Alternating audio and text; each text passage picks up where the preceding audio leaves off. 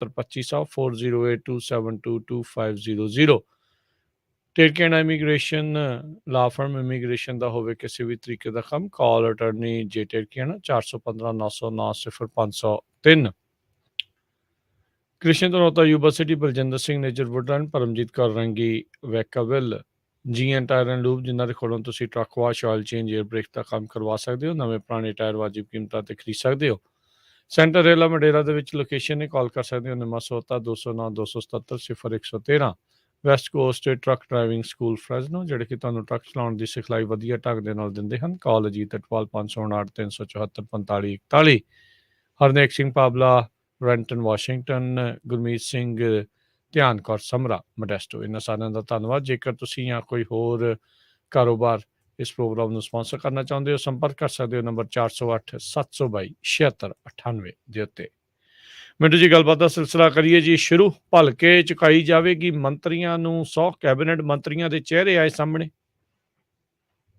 ਹਾਂਜੀ ਹਾਂਜੀ ਬਿਲਕੁਲ ਬਿਲਕੁਲ ਚਿਹਰੇ ਆਏ ਸਾਹਮਣੇ ਤੇ ਉਧਰ ਸੰਗੇ ਦੇ ਇੱਕ ਪਹਿਲੇ ਗਾਣੇ ਦੀ ਵੀਡੀਓ ਦਾ ਉਹ ਟੀਜ਼ਰ ਵੀ ਆ ਗਿਆ ਸਾਹਮਣੇ ਸੋ ਦੋਨਾਂ ਨੂੰ ਮੁਬਾਰਕ ਕਹਿ ਦਿੰਦੇ ਆ ਉਹ ਸੰਗਾ ਬੜਾ ਮਸ਼ਹੂਰ ਹੋਇਆ ਸੀ ਨਾ ਭਾਊ ਮਾਝੇ ਵਾਲਾ ਤਾਂ ਉਹ ਗਾਣੇ 'ਚ ਵੀ ਆ ਗਿਆ ਮਾਡਲ ਬਣ ਕੇ ਸੋ ਪੰਜਾਬ ਦੇ ਵਿੱਚ ਬਹੁਤ ਕੁਝ ਚੇਂਜ ਹੋ ਰਿਹਾ ਖੈਰ ਗੱਲ ਇਹ ਕਿ ਇਹ ਵੀ ਚੇਂਜ ਜਾਂ ਪੋਲੀਟੀਕਲੀ ਚੇਂਜ ਹੋ ਰਿਹਾ ਤਾਂ ਇਸ ਚੇਂਜ ਦੇ ਵਿੱਚ ਹੁਣ ਜਿਹੜੇ ਗੇਮ ਚੇਂਜਰ ਹੋਣਗੇ ਉਹ ਆ ਗਏ ਆ ਮੈਦਾਨ ਦੇ ਵਿੱਚ ਤਾਂ ਉਹਨਾਂ ਦੇ ਚਿਹਰੇ ਮੋਹਰੇ ਜਿਹੜੇ ਆ ਉਹ ਅੱਜ ਸਾਡੇ ਸਾਹਮਣੇ ਆ ਗਏ ਸੋ ਇਹਨਾਂ ਨੇ ਐਲਾਨ ਦਿੱਤੇ ਆ ਕਿ ਆਹ ਸਾਡੇ ਪਹਿਲਾਂ ਹਵਾਈ 10 ਬੱਲੇਬਾਜ਼ ਹੋਣਗੇ ਜਿਹੜੇ ਪਿੱਚ ਤੇ ਬੈਟਿੰਗ ਕਰਨਗੇ ਦੇਖੋ ਉਹਨਾਂ ਦੇ ਨਾਮ ਆਪਾਂ ਬਾਅਦ ਚ ਲੈ ਲੈਂਦੇ ਆ ਪਰ ਇਹ ਚਰਚਾ ਚੱਲ ਰਹੀ ਸੀਗੀ ਕਿ 10 ਤੋਂ 12 ਜਿਹੜੇ ਆ ਉਹ ਮੁੱਢਲੇ ਤੌਰ ਤੇ ਇਸ ਕੈਬਨਿਟ ਦੇ ਵਿੱਚ ਸ਼ਾਮਲ ਕੀਤੇ ਜਾਣਗੇ ਕਿਉਂਕਿ 18 ਤੋਂ ਵੱਧ ਹੋ ਨਹੀਂ ਸਕਦੇ ਮੁੱਖ ਮੰਤਰੀ ਸਮੇਤ ਤਾਂ ਬਾਕੀ ਜਿਹੜੇ ਰਹਿ ਗਏ ਆ ਉਹ ਫਿਰ ਬਾਅਦ ਦੇ ਵਿੱਚ ਚੁਣ ਲਏ ਜਾਣਗੇ ਤਾਂ ਬਹਰਹਾਲ ਜਿਹੜੇ ਸਾਹਮਣੇ ਆਏ ਆ ਉਹ ਸਰਦਾਰ ਹਰਪਾਲ ਸਿੰਘ ਚੀਮਾ ਦਿੜਬਾ ਵਾਲੇ ਗੁਰਮੀਤ ਸਿੰਘ ਹੇਰ ਬਰਨਾਲੇ ਵਾਲੇ ਫਿਰ ਇਸ ਤੋਂ ਇਲਾਵਾ ਜੇ ਤੁਸੀਂ ਦੇਖੋਗੇ ਤਾਂ ਵਿਜੇ ਸਿੰਗਲਾ ਜਿਨ੍ਹਾਂ ਨੇ 6911 ਨੂੰ ਟੋਚਨ ਪਾਇਆ ਸੀ ਮਾਨਸਾ ਤੋਂ ਜੀ ਫਿਰ ਇਹ ਤੋਂ ਇਲਾਵਾ ਹਰਜੋਤ ਸਿੰਘ ਬੈਸ ਅਨੰਦਪੁਰ ਸਾਹਿਬ ਤੋਂ ਲਾਲ ਚੰਦ ਕਟਾਰੂ ਚੱਕ ਭੋਆ ਤੋਂ ਇਹ ਆ ਗਏ ਫਿਰ ਆ ਗਏ ਸਰਦਾਰ ਕੁਲਦੀਪ ਸਿੰਘ ਧਾਲੀਵਾਲ ਅਜਨਾਲਾ ਤੋਂ ਡਾਕਟਰ ਬਲਜੀਤ ਕੌਰ ਮੇਰੇ ਜੱਦੀ ਸ਼ਹਿਰ ਤੋਂ ਮਲੋਟ ਤੋਂ ਹਰਭਜਨ ਸਿੰਘ ਈਟੀਓ ਜੰਡਿਆਲਾ ਤੋਂ ਲਾਲਜੀਤ ਸਿੰਘ ਭੁੱਲਰ ਪੱਟੀ ਤੋਂ ਬ੍ਰਹਮ ਸ਼ੰਕਰ ਜ਼ਿੰਪਾ ਹੁਸ਼ਿਆਰਪੁਰ ਤੋਂ ਤੇ ਹੋਰ ਤੇ ਮੇਰੇ ਖਿਆਲ ਦੇ ਰਹਿ ਨਹੀਂ ਗਏ ਤਾਂ 10 ਪੂਰੇ ਹੋ ਗਏ ਇਹ ਆ 10 ਚਿਹਰੇ ਜਿਹੜੇ ਕਿ ਕੱਲ ਨੂੰ ਹਲਫ ਲੈਣਗੇ ਮੰਤਰੀ ਦੇ ਤੌਰ ਤੇ ਹੁਣ ਦੇਖੋ ਬਾਹਰੀ ਗੱਲ ਤਾਂ ਆਪਾਂ ਨੂੰ ਨਹੀਂ ਪਤਾ ਲੱਗੇਗੀ ਕਿ ਮੰਤਰਾਲਾ ਕਿਹਨੂੰ ਦੇਣਗੇ ਕਿਹੜਾ ਮਹਿਕਮਾ ਕਿਹਨੂੰ ਦੇਣਗੇ ਪਰ ਇਹ ਤੇ ਸਾਫ਼ ਹੈ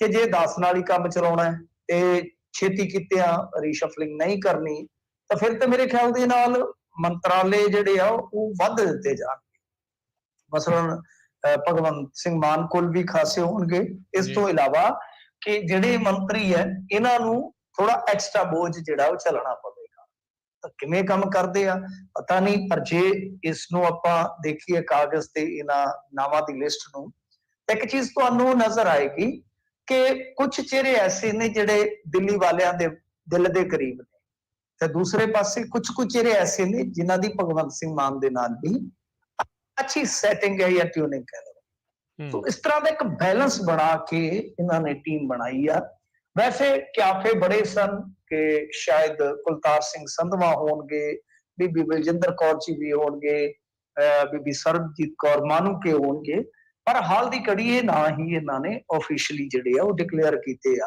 ते इहदा मतलब ये है कि एक बंदे कोल हाले होर चांस होएगा कि स्पीकर दे तौर ते ਉਹ ਆਏ ਤਾਂ ਉਹ ਕਿਹੜਾ ਹੋਏਗਾ ਉਹਦਾ ਵੀ ਕੱਲ ਨੂੰ ਫੈਸਲਾ ਹੋਣਾ ਆ ਸਿੱਧੇ ਉਹ ਰਸਮੀ ਤੌਰ ਤੇ ਉਦੋਂ ਐਲਾਨ ਕਰਦੇ ਹੁੰਦੇ ਆ ਤਾਂ ਉਹਦੇ ਚ ਵੀ ਕੁਲਤਾਰ ਸਿੰਘ ਸੰਧਵਾ ਜਿਹੜੇ ਦੂਜੀ ਵਾਰ ਲਗਾਤਾਰ ਚੁਣੇ ਗਏ ਨੇ ਉਹਨਾਂ ਦਾ ਨਾਮ ਬੜਾ ਅੱਗੇ ਆ ਰਿਹਾ ਵਾ ਜਿਵੇਂ ਉਹ ਕਹਿੰਦਾ ਸੀਗਾ ਨਾ ਨਿਰਮਲ ਬਾਬਾ ਕਿ ਮੇਰੀ ਅੱਖਾਂ ਦੇ ਅੱਗੇ ਆ ਰਿਹਾ ਤੁਹਾਡੇ ਘਰ ਦੇ ਵਿੱਚ ਜਰਾਬਾਂ ਖੱਟੇ ਰੰਗ ਦੀਆਂ ਉੱਥੇ ਤੇ ਕਿਰਪਾੜੀ ਪਈ ਹੈ ਸੋ ਉਸੇ ਤਰ੍ਹਾਂ ਕਹਿੰਦੇ ਆ ਕਿ ਨਾਂ ਅੱਗੇ ਆ ਰਿਹਾ ਵਾ ਕਿਹਦਾ ਕੁਲਤਾਰ ਸਿੰਘ ਸੰਧਵਾ ਦਾ ਤਾਂ ਹੋ ਸਕਦਾ ਕਿ ਕੱਲ ਨੂੰ ਸਪੀਕਰ ਵਜੋਂ ਭੂਮਿਕਾ ਜਿਹੜੀ ਆ ਉਹ ਇਹ ਨਿਭਾਉਂਦੇ ਸਾਨੂੰ ਵੇਖਣ ਨੂੰ ਮਿਲੇ ਤਾਂ ਚਲੋ ਟੀਮ ਤੇ ਘੱਟੋ ਘੱਟ ਸੈੱਟ ਹੋਈ ਇਹ ਭਗਵੰਤ ਸਿੰਘ ਮਾਨ ਦਾ ਮੇਰੇ ਖਿਆਲ ਦੇ ਨਾਲ ਕਾਲੀ ਵਾਲੇ ਸਟੈਪ ਨੇ। ਹੁਣ ਜੇ ਤੁਸੀਂ ਦੇਖੋਗੇ ਤਾਂ ਕਿਉਂਕਿ ਕੱਲ ਹੀ ਸ਼ਾਇਦ ਕੈਬਨਿਟ ਦੀ ਮੀਟਿੰਗ ਜਿਹੜੀ ਆ ਹੋਏਗੀ, ਇਹਦਾ ਮਤਲਬ ਹੈ ਕਿ ਕੱਲ ਵੀ ਕੋਈ ਨਾ ਕੋਈ ਫੈਸਲਾ ਲਿਆ ਜਾ ਸਕਦਾ ਆ। ਵੱਡੀ ਗੱਲ ਆ,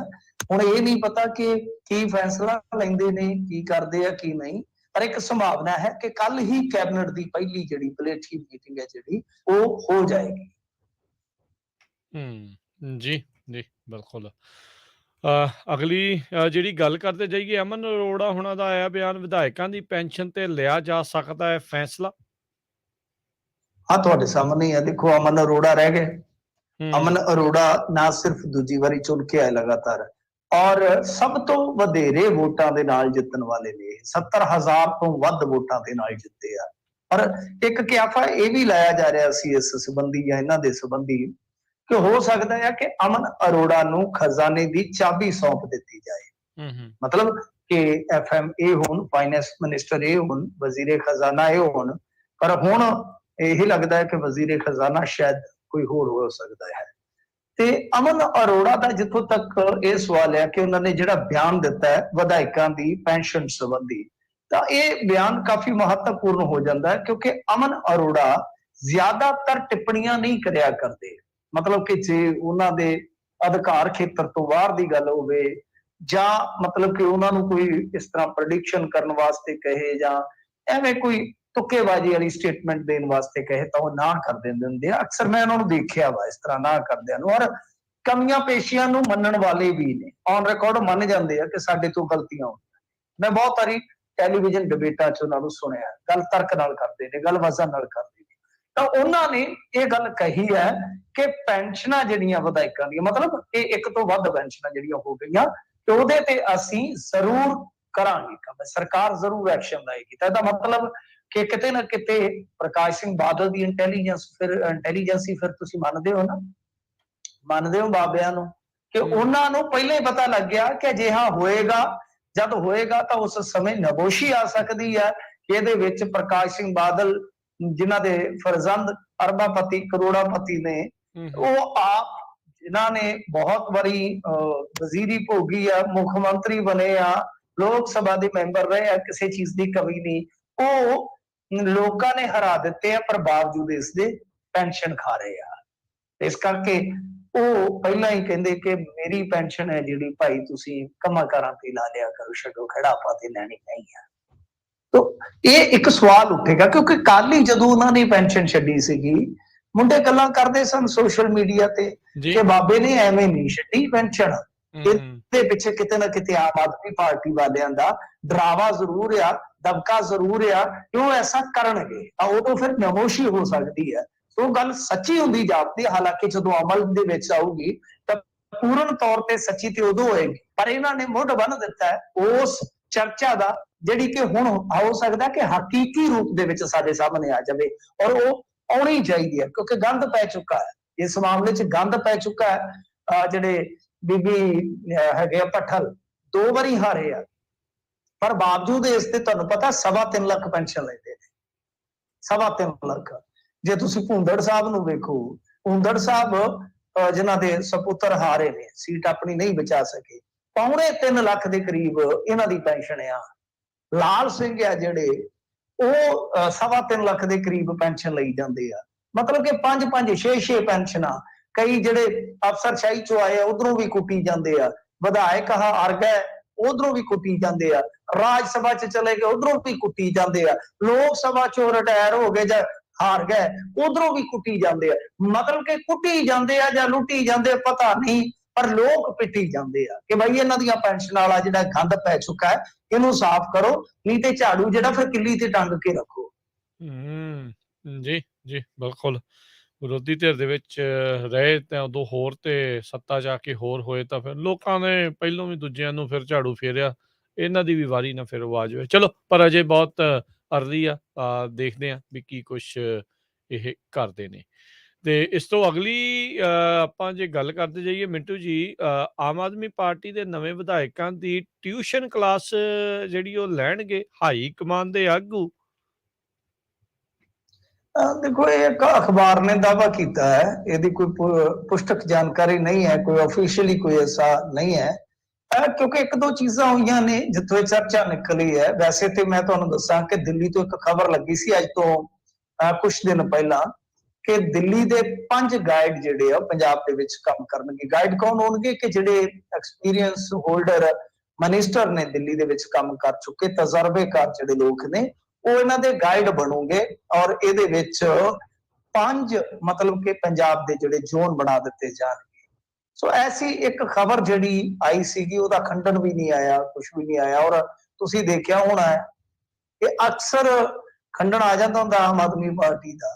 ਬਟ ਗੱਲ ਇਹ ਆ ਕਿ ਉਸ ਵੇਲੇ ਜਦੋਂ ਇਹ ਸਾਰੀ ਖਬਰ ਆਈ, ਆਮ ਆਦਮੀ ਪਾਰਟੀ ਵੱਲੋਂ ਤਾਂ ਘੱਟੋ ਘੱਟ ਦਾ ਖੰਡਨ ਨਹੀਂ ਆਇਆ।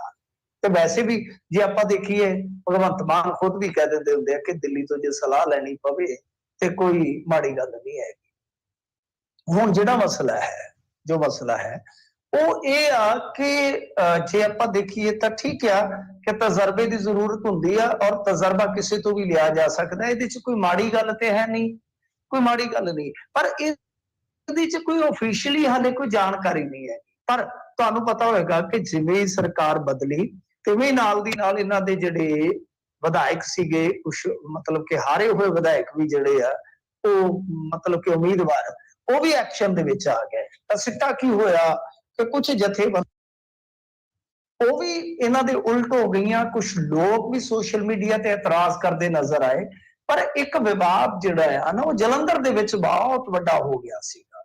ਉਹ ਕੀ ਸੀਗਾ ਕਿ ਜਿਹੜੇ ਉਮੀਦਵਾਰ ਜਿੱਤੇ ਆ, ਉਹਨਾਂ ਦਾ ਨਾਮ ਸ਼ਾਇਦ ਸ਼ੀਤਲ ਅੰਗੁਰਾਲ ਆ।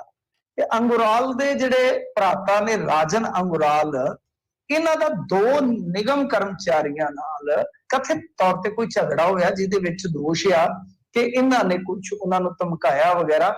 ਉਸ ਤੋਂ ਬਾਅਦ ਹੋਇਆ ਕਿ ਨਿਗਮ ਦੀਆਂ ਜਿਹੜੀਆਂ ਸਾਰੀਆਂ ਯੂਨੀਅਨਾਂ ਸੀ, ਉਹਨਾਂ ਨੇ ਇਕੱਠੇ ਹੋ ਕੇ ਨਾ ਸਿਰਫ ਸਰਕਾਰ ਵਿਰੁੱਧ ਨਾਅਰੇਬਾਜ਼ੀ ਕੀਤੀ, ਸਗੋਂ ਵਿਧਾਇਕ ਦੇ ਭਰਾ ਵੱਲੋਂ ਜਿਹੜਾ ਮਾੜਾ ਸਲੂਕ ਕੀਤਾ ਗਿਆ, ਉਹਦੀ ਘਟਨਾ ਦੀ ਸਖਤ ਨਿੰਦਾ ਨਖੇਦੀ ਵੀ ਕੀਤੀ ਤੇ ਨਿਗਮ ਦੇ ਵਿੱਚ ਸਾਰਾ ਦਿਨ ਹੜਤਾਲ ਵੀ ਰਹੀ। ਸੋ ਇਹ ਚੀਜ਼ ਜਿਹੜੀ ਹੈ ਨਾ, ਉਹ ਕਾਫੀ ਨੈਗੇਟਿਵ ਗਈ। ਇੱਕ ਤੇ ਹੈ ਕਿ ਇੱਕ ਤੇ ਇਹ ਜਿਹੜਾ ਵਿਧਾਇਕ ਹੈ, ਤੁਹਾਨੂੰ ਪਤਾ ਹੀ ਹੈ ਕਿ ਕਿਸ ਤਰ੍ਹਾਂ ਆਇਆ ਤੇ ਹੋਰ ਇਹਦੇ ਤੇ ਕੁਝ ਇਤਰਾਜ਼ ਵੀ ਹੋਏ ਸਨ। ਸੈਕੰਡ ਚੀਜ਼ ਜਿਹੜੀ ਹੈ ਕਿ ਮਤਲਬ ਕਿ ਉਹਦੇ ਭਰਾ ਕੋਲ ਕੀ ਅਥਾਰਟੀ ਹੈ। ਪਹਿਲੀ ਗਲਤੀ ਇਹ ਆ, ਇੱਥੇ ਤੇ ਇਹਨਾਂ ਦੀਆਂ ਸਾਲੀਆਂ, ਇਹਨਾਂ ਦੇ ਲੀਡਰਾਂ ਦੇ ਬੱਚੇ, ਉਹ ਵੀ ਰੋਬ ਝਾੜੀ ਜਾਂਦੇ ਨੇ ਜਾ ਕੇ। ਔਰ ਕਮਾਲ ਦੀ ਗੱਲ ਹੈ ਕਿ ਜਿਹੜੇ ਹਾਰੇ ਹੋਏ ਨੇ, ਜਿਨ੍ਹਾਂ ਨੂੰ ਹਰਾ ਦਿੱਤਾ ਗਿਆ, ਉਹ ਜਿਨ੍ਹਾਂ ਦੇ ਕੋਲ ਕੋਈ ਅਥਾਰਟੀ ਨਹੀਂ ਹੈ ਸੰਵਿਧਾਨਕ ਤੌਰ ਤੇ, ਉਹ ਵੀ ਜਾ ਕੇ ਦਾਬੇ ਮਾਰਨ ਤਾਂ ਗਲਤ ਗੱਲ ਹੈ। ਇਹਦਾ ਮੈਸੇਜ ਠੀਕ ਨਹੀਂ ਜਾਂਦਾ। ਸੋ ਇਸ ਕਰਕੇ ਇੱਕ ਅਖਬਾਰ ਨੇ ਦਾਅਵਾ ਕੀਤਾ ਕਿ ਅਜਿਹਾ ਹੋ ਸਕਦਾ ਆ। ਤੇ ਮੇਰੇ ਖਿਆਲ ਦੇ ਨਾਲ ਦੇਖੋ, ਹੁਣ ਵੈਸੇ ਤੇ ਜੇ ਦੇਖੀਏ ਤਾਂ ਜਿਹੜੇ ਦਿੱਲੀ ਦੇ ਵਿਧਾਇਕ ਸੀ, ਉਹਨਾਂ ਨੂੰ ਕਿੰਨੇ ਸਿਖਾਇਆ?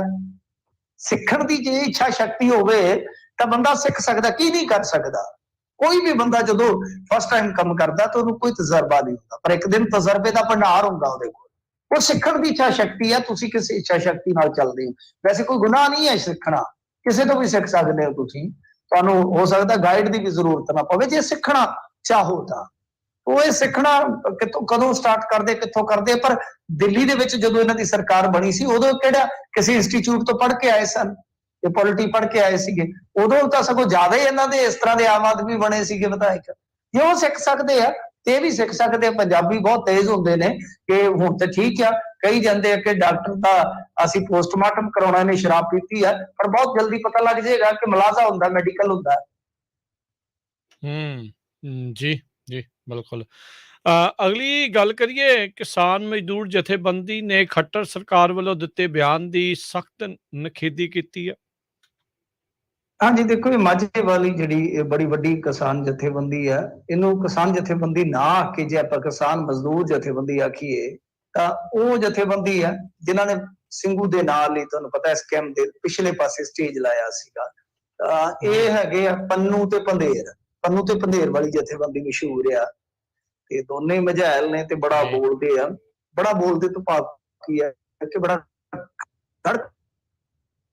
तो इन्होंने SYL ਤੇ ਬਿਆਨ ਦਿੱਤਾ ਸੀਗਾ ML ਖੱਟਰ ਨੇ। ਮਨੋਹਰ ਲਾਲ ਖੱਟਰ ਨੇ ਕਿਹਾ ਸੀਗਾ ਕਿ ਬਈ ਹੁਣ ਕੇਜਰੀਵਾਲ ਦੀ ਦੋਹਰੀ ਜ਼ਿੰਮੇਵਾਰੀ ਬਣਦੀ ਹੈ ਕਿ ਸਾਨੂੰ ਪਾਣੀ ਲੈ ਕੇ ਦੇਵੇ, ਕਿਉਂਕਿ ਸਰਕਾਰ ਦੋਵਾਂ ਪਾਸੇ ਇਹਨਾਂ ਦੀ ਹੈ ਕਿ ਅਸੀਂ SYL ਦੇ ਵਿੱਚੋਂ ਹੀ ਪਾਣੀ ਦਿੱਲੀ ਨੂੰ ਦੇਣਾ ਹੈ। ਸੋ ਉਹਦੇ ਤੇ ਇਹਨਾਂ ਨੇ ਪ੍ਰਤੀਕਰਮ ਦਿੱਤਾ ਹੈ। ਉਹ ਕਹਿੰਦੇ ਆ ਕਿ ਦੇਖੋ ਗੱਲ ਇਹ ਹੈ ਕਿ ਅੰਤਰਰਾਸ਼ਟਰੀ ਰੈਪੇਰੀਅਨ ਕਾਨੂੰਨ ਮੁਤਾਬਕ ਪਾਣੀਆਂ ਦੀ ਵੰਡ ਕਰਨ ਦੀ ਮੰਗ ਉਕਤ ਵਿਵਾਦਗ੍ਰਸਤ ਨਹਿਰ ਨੂੰ ਕਿਸੇ ਵੀ ਕੀਮਤ ਉੱਤੇ ਨਹੀਂ ਕੱਢਣ ਦਿੱਤਾ ਜਾਏਗਾ। ਮਤਲਬ ਅੰਤਰਰਾਸ਼ਟਰੀ ਰੈਪੇਰੀਅਨ ਕਾਨੂੰਨ ਮੁਤਾਬਕ ਪਾਣੀਆਂ ਦੀ ਵੰਡ ਕਰਨ ਦੀ ਮੰਗ ਕਰਕੇ ਨਾਲ ਉਹ ਕਹਿੰਦੇ ਆ ਕਿ ਇਹ ਜਿਹੜੀ ਵਿਵਾਦਗ੍ਰਸਤ ਨਹਿਰ ਹੈ ਇਹਨੂੰ ਕਿਸੇ ਵੀ ਕੀਮਤ ਤੇ ਕੱਢਣ ਨਹੀਂ ਦਿੱਤਾ ਜਾਏਗਾ, ਕਿਉਂਕਿ ਪੰਜਾਬ ਪਾਸ ਇੱਕ ਤੁਮਕਾ ਵੀ ਪਾਣੀ ਦਾ ਜਿਹੜਾ ਉਹ ਵਾਧੂ ਨਹੀਂ ਹੈ। ਨਾਲ ਉਹ ਕੀ ਕਹਿੰਦੇ ਆ ਕਿ ਭਾਵੇਂ ਅਸੀਂ ਹਰਿਆਣਾ ਵਾਸੀਆਂ ਨੂੰ ਪਾਣੀ ਮਿਲਣ ਦੇ ਖਿਲਾਫ ਨਹੀਂ ਆ, ਪਰ ਪੰਜਾਬ ਦੇ ਪਾਣੀਆਂ ਦੀ ਲੁੱਟ ਪਹਿਲਾਂ ਹੀ ਪੰਜਾਬ ਦੇ ਹਾਕਮ ਚਾਹੇ ਅਕਾਲੀ ਦਲ ਦੇ ਮੁੱਖ ਮੰਤਰੀ ਪ੍ਰਕਾਸ਼ ਸਿੰਘ ਬਾਦਲ, ਮਤਲਬ ਕਿ ਉਸ ਸਮੇਂ ਦੇ ਤਤਕਾਲੀ ਲਿਖਣਾ ਸੀਗਾ, ਤਾਂ ਚਾਹੇ ਕਾਂਗਰਸ ਦੇ ਆਗੂ ਸਾਬਕਾ ਮੁੱਖ ਮੰਤਰੀ ਅਮਰਿੰਦਰ ਸਿੰਘ ਤੇ ਚਾਹੇ ਫਿਰ ਉਹ ਤਤਕਾਲੀ ਮੁੱਖ ਮੰਤਰੀ ਦਰਬਾਰਾ ਸਿੰਘ ਹੋਵੇ ਜਿਸਨੇ ਕੇਸ ਵੀ ਉਠਾ ਲਿਆ ਸੀ, ਰਾਜਸਥਾਨ, ਦਿੱਲੀ ਤੇ ਹਰਿਆਣਾ ਨੂੰ ਕਰਵਾ ਚੁੱਕੇ ਆ। ਜਦ ਕਿ ਰਾਜਸਥਾਨ ਤੇ ਦਿੱਲੀ ਮੁਫਤ ਦਾ ਪਾਣੀ ਵਰਤ ਰਿਹਾ ਹੈ, ਜਦ ਕਿ ਪੰਜਾਬ ਵਿੱਚ ਪਾਣੀ ਦਾ ਸੰਕਟ ਦਿਨੋਂ ਦਿਨ ਵੱਧਦਾ ਜਾ ਰਿਹਾ ਹੈ। ਧਰਤੀ ਹੇਠਲਾ ਪਾਣੀ ਖਤਰੇ ਦੀ ਹੱਦ ਤੱਕ ਥੱਲੇ ਜਾਣ ਕਰਕੇ ਪੰਜਾਬ ਬੰਜਰ ਹੋਣ ਜਾ ਰਿਹਾ ਹੈ। ਨਾਲ ਉਹਨਾਂ ਨੇ ਮੰਗ ਕੀਤੀ ਹੈ ਕਿ ਭਾਈ ਰਾਇਲਟੀ ਵੀ ਜਿਹੜੀ ਹੈ ਉਹ ਸਾਨੂੰ ਦਿੱਤੀ ਜਾਵੇ। ਤਾਂ ਖੈਰ ਇਹ ਮਸਲਾ ਜਿਹੜਾ ਆ ਉਹ ਜੇ ਦੇਖੋਗੇ ਤੁਸੀਂ ਰਾਜਨੀਤਿਕ ਪੱਖ ਤੋਂ ਸਮਝੀਏ, ਕਿਉਂਕਿ ਹਾਲੇ ਕੱਲ ਹੀ ਇੱਕ ਰਸਮੀ ਮੁਲਾਕਾਤ ਹੋਈ ਸੀ ਭਗਵੰਤ ਸਿੰਘ ਮਾਨ ਦੀ ਤੇ ਖੱਟਰ ਦੀ ਹੋਲੀ ਤੋਂ ਪਹਿਲਾਂ, ਉਸ ਤੋਂ ਬਾਅਦ ਹੀ ਕੁਝ ਮਿੰਟਾਂ ਬਾਅਦ ਇਹ ਬਿਆਨ ਆ ਗਿਆ। ਵੈਸੇ ਜੇ ਤੁਸੀਂ ਦੇਖੋਗੇ ਆਪਾਂ ਵੇਖਿਆ ਸੀਗਾ ਕਿ ਇਹਨਾਂ ਨੇ ਕਿਸਾਨੀ ਅੰਦੋਲਨ ਦੇ ਦਰਮਿਆਨ ਵੀ ਇਹ ਮੁੱਦਾ ਉਛਾਲਣ ਦਾ ਯਤਨ ਕੀਤਾ ਸੀ, ਪਰ ਲੋਕਾਂ ਨੇ ਬਹੁਤਾ ਕੰਨ ਨਹੀਂ ਸੀ ਧਰਿਆ ਸੀ, ਬਹੁਤਾ ਕੰਨ ਨਹੀਂ ਸੀ ਧਰਿਆ। ਹੁਣ ਇਹ ਮਸਲਾ ਕਿਉਂ ਚੁੱਕ ਰਹੇ ਇਹਨੂੰ ਸਮਝਣ ਦੀ ਜ਼ਰੂਰਤ ਆ। ਸਮਝਣ ਦੀ ਜ਼ਰੂਰਤ ਇਹ ਆ ਕਿ ਇੱਕ ਤੇ ਜੇ ਤੁਸੀਂ ਦੇਖੋਗੇ ਤਾਂ ਆਮ ਆਦਮੀ ਪਾਰਟੀ ਦੀ ਜਿਹੜੀ ਪੰਜਾਬ ਗਵਰਨਮੈਂਟ ਆ ਇਹਦੇ ਵਾਸਤੇ ਕੁਛ ਨਾ ਕੁਛ ਦੁਸ਼ਵਾਰੀਆਂ ਪੈਦਾ ਕਰਨਾ। ਸੈਕੰਡ ਚੀਜ਼ ਕੀ ਆ ਕਿ ਇਸ ਵੇਲੇ ਹਰਿਆਣੇ ਦੇ ਵਿੱਚ ਆਮ ਆਦਮੀ ਪਾਰਟੀ ਆਪਣੀ ਮੁਹਿੰਮ ਸ਼ੁਰੂ ਕਰ ਚੁੱਕੀ ਹੈ। ਖੱਟਰ ਨੂੰ ਇਸ ਗੱਲ ਦਾ ਪਤਾ ਹੈ ਕਿ ਕਾਂਗਰਸ ਉੱਥੇ ਕਮਜ਼ੋਰ ਹੋ ਗਈ, ਹੁੱਡਾ ਦੀ ਅਗਵਾਈ ਠੀਕ ਸੀਗੀ ਪਰ ਧੜੇਬੰਦੀ ਹੋ ਗਈ, ਕਾਂਗਰਸ ਹੁਣ ਦਿਨੋਂ ਦਿਨ ਜਿਹੜੀ ਉੱਥੇ ਡਾਊਨ ਚਲੀ ਗਈ। ਇਸ ਤੋਂ ਇਲਾਵਾ ਜੇ ਦੇਖੋਗੇ ਤਾਂ ਚੌਟਾਲਾ ਫੈਮਿਲੀ ਦੀ ਰਾਜਨੀਤੀ ਤਕਰੀਬਨ ਉਹ ਵੀ ਦਾਅ ਤੇ ਲੱਗ ਗਈ। ਇੱਕ ਧੜਾ ਜਿਹੜਾ ਉਹ ਇੱਧਰ ਆ ਗਿਆ, ਇੱਕ ਧੜਾ ਜਿਹੜਾ ਉਹ ਹਾਲੇ ਲੋਕ ਪ੍ਰਵਾਨ ਨਹੀਂ ਹੈ। ਤਾਂ ਉੱਥੇ ਇੱਕ ਤਰ੍ਹਾਂ ਨਾਲ ਕਹਿ ਲਓ ਕਿ ਪੰਜਾਬ ਵਰਗੀ ਸਪੇਸ ਖਾਲੀ ਹੈ।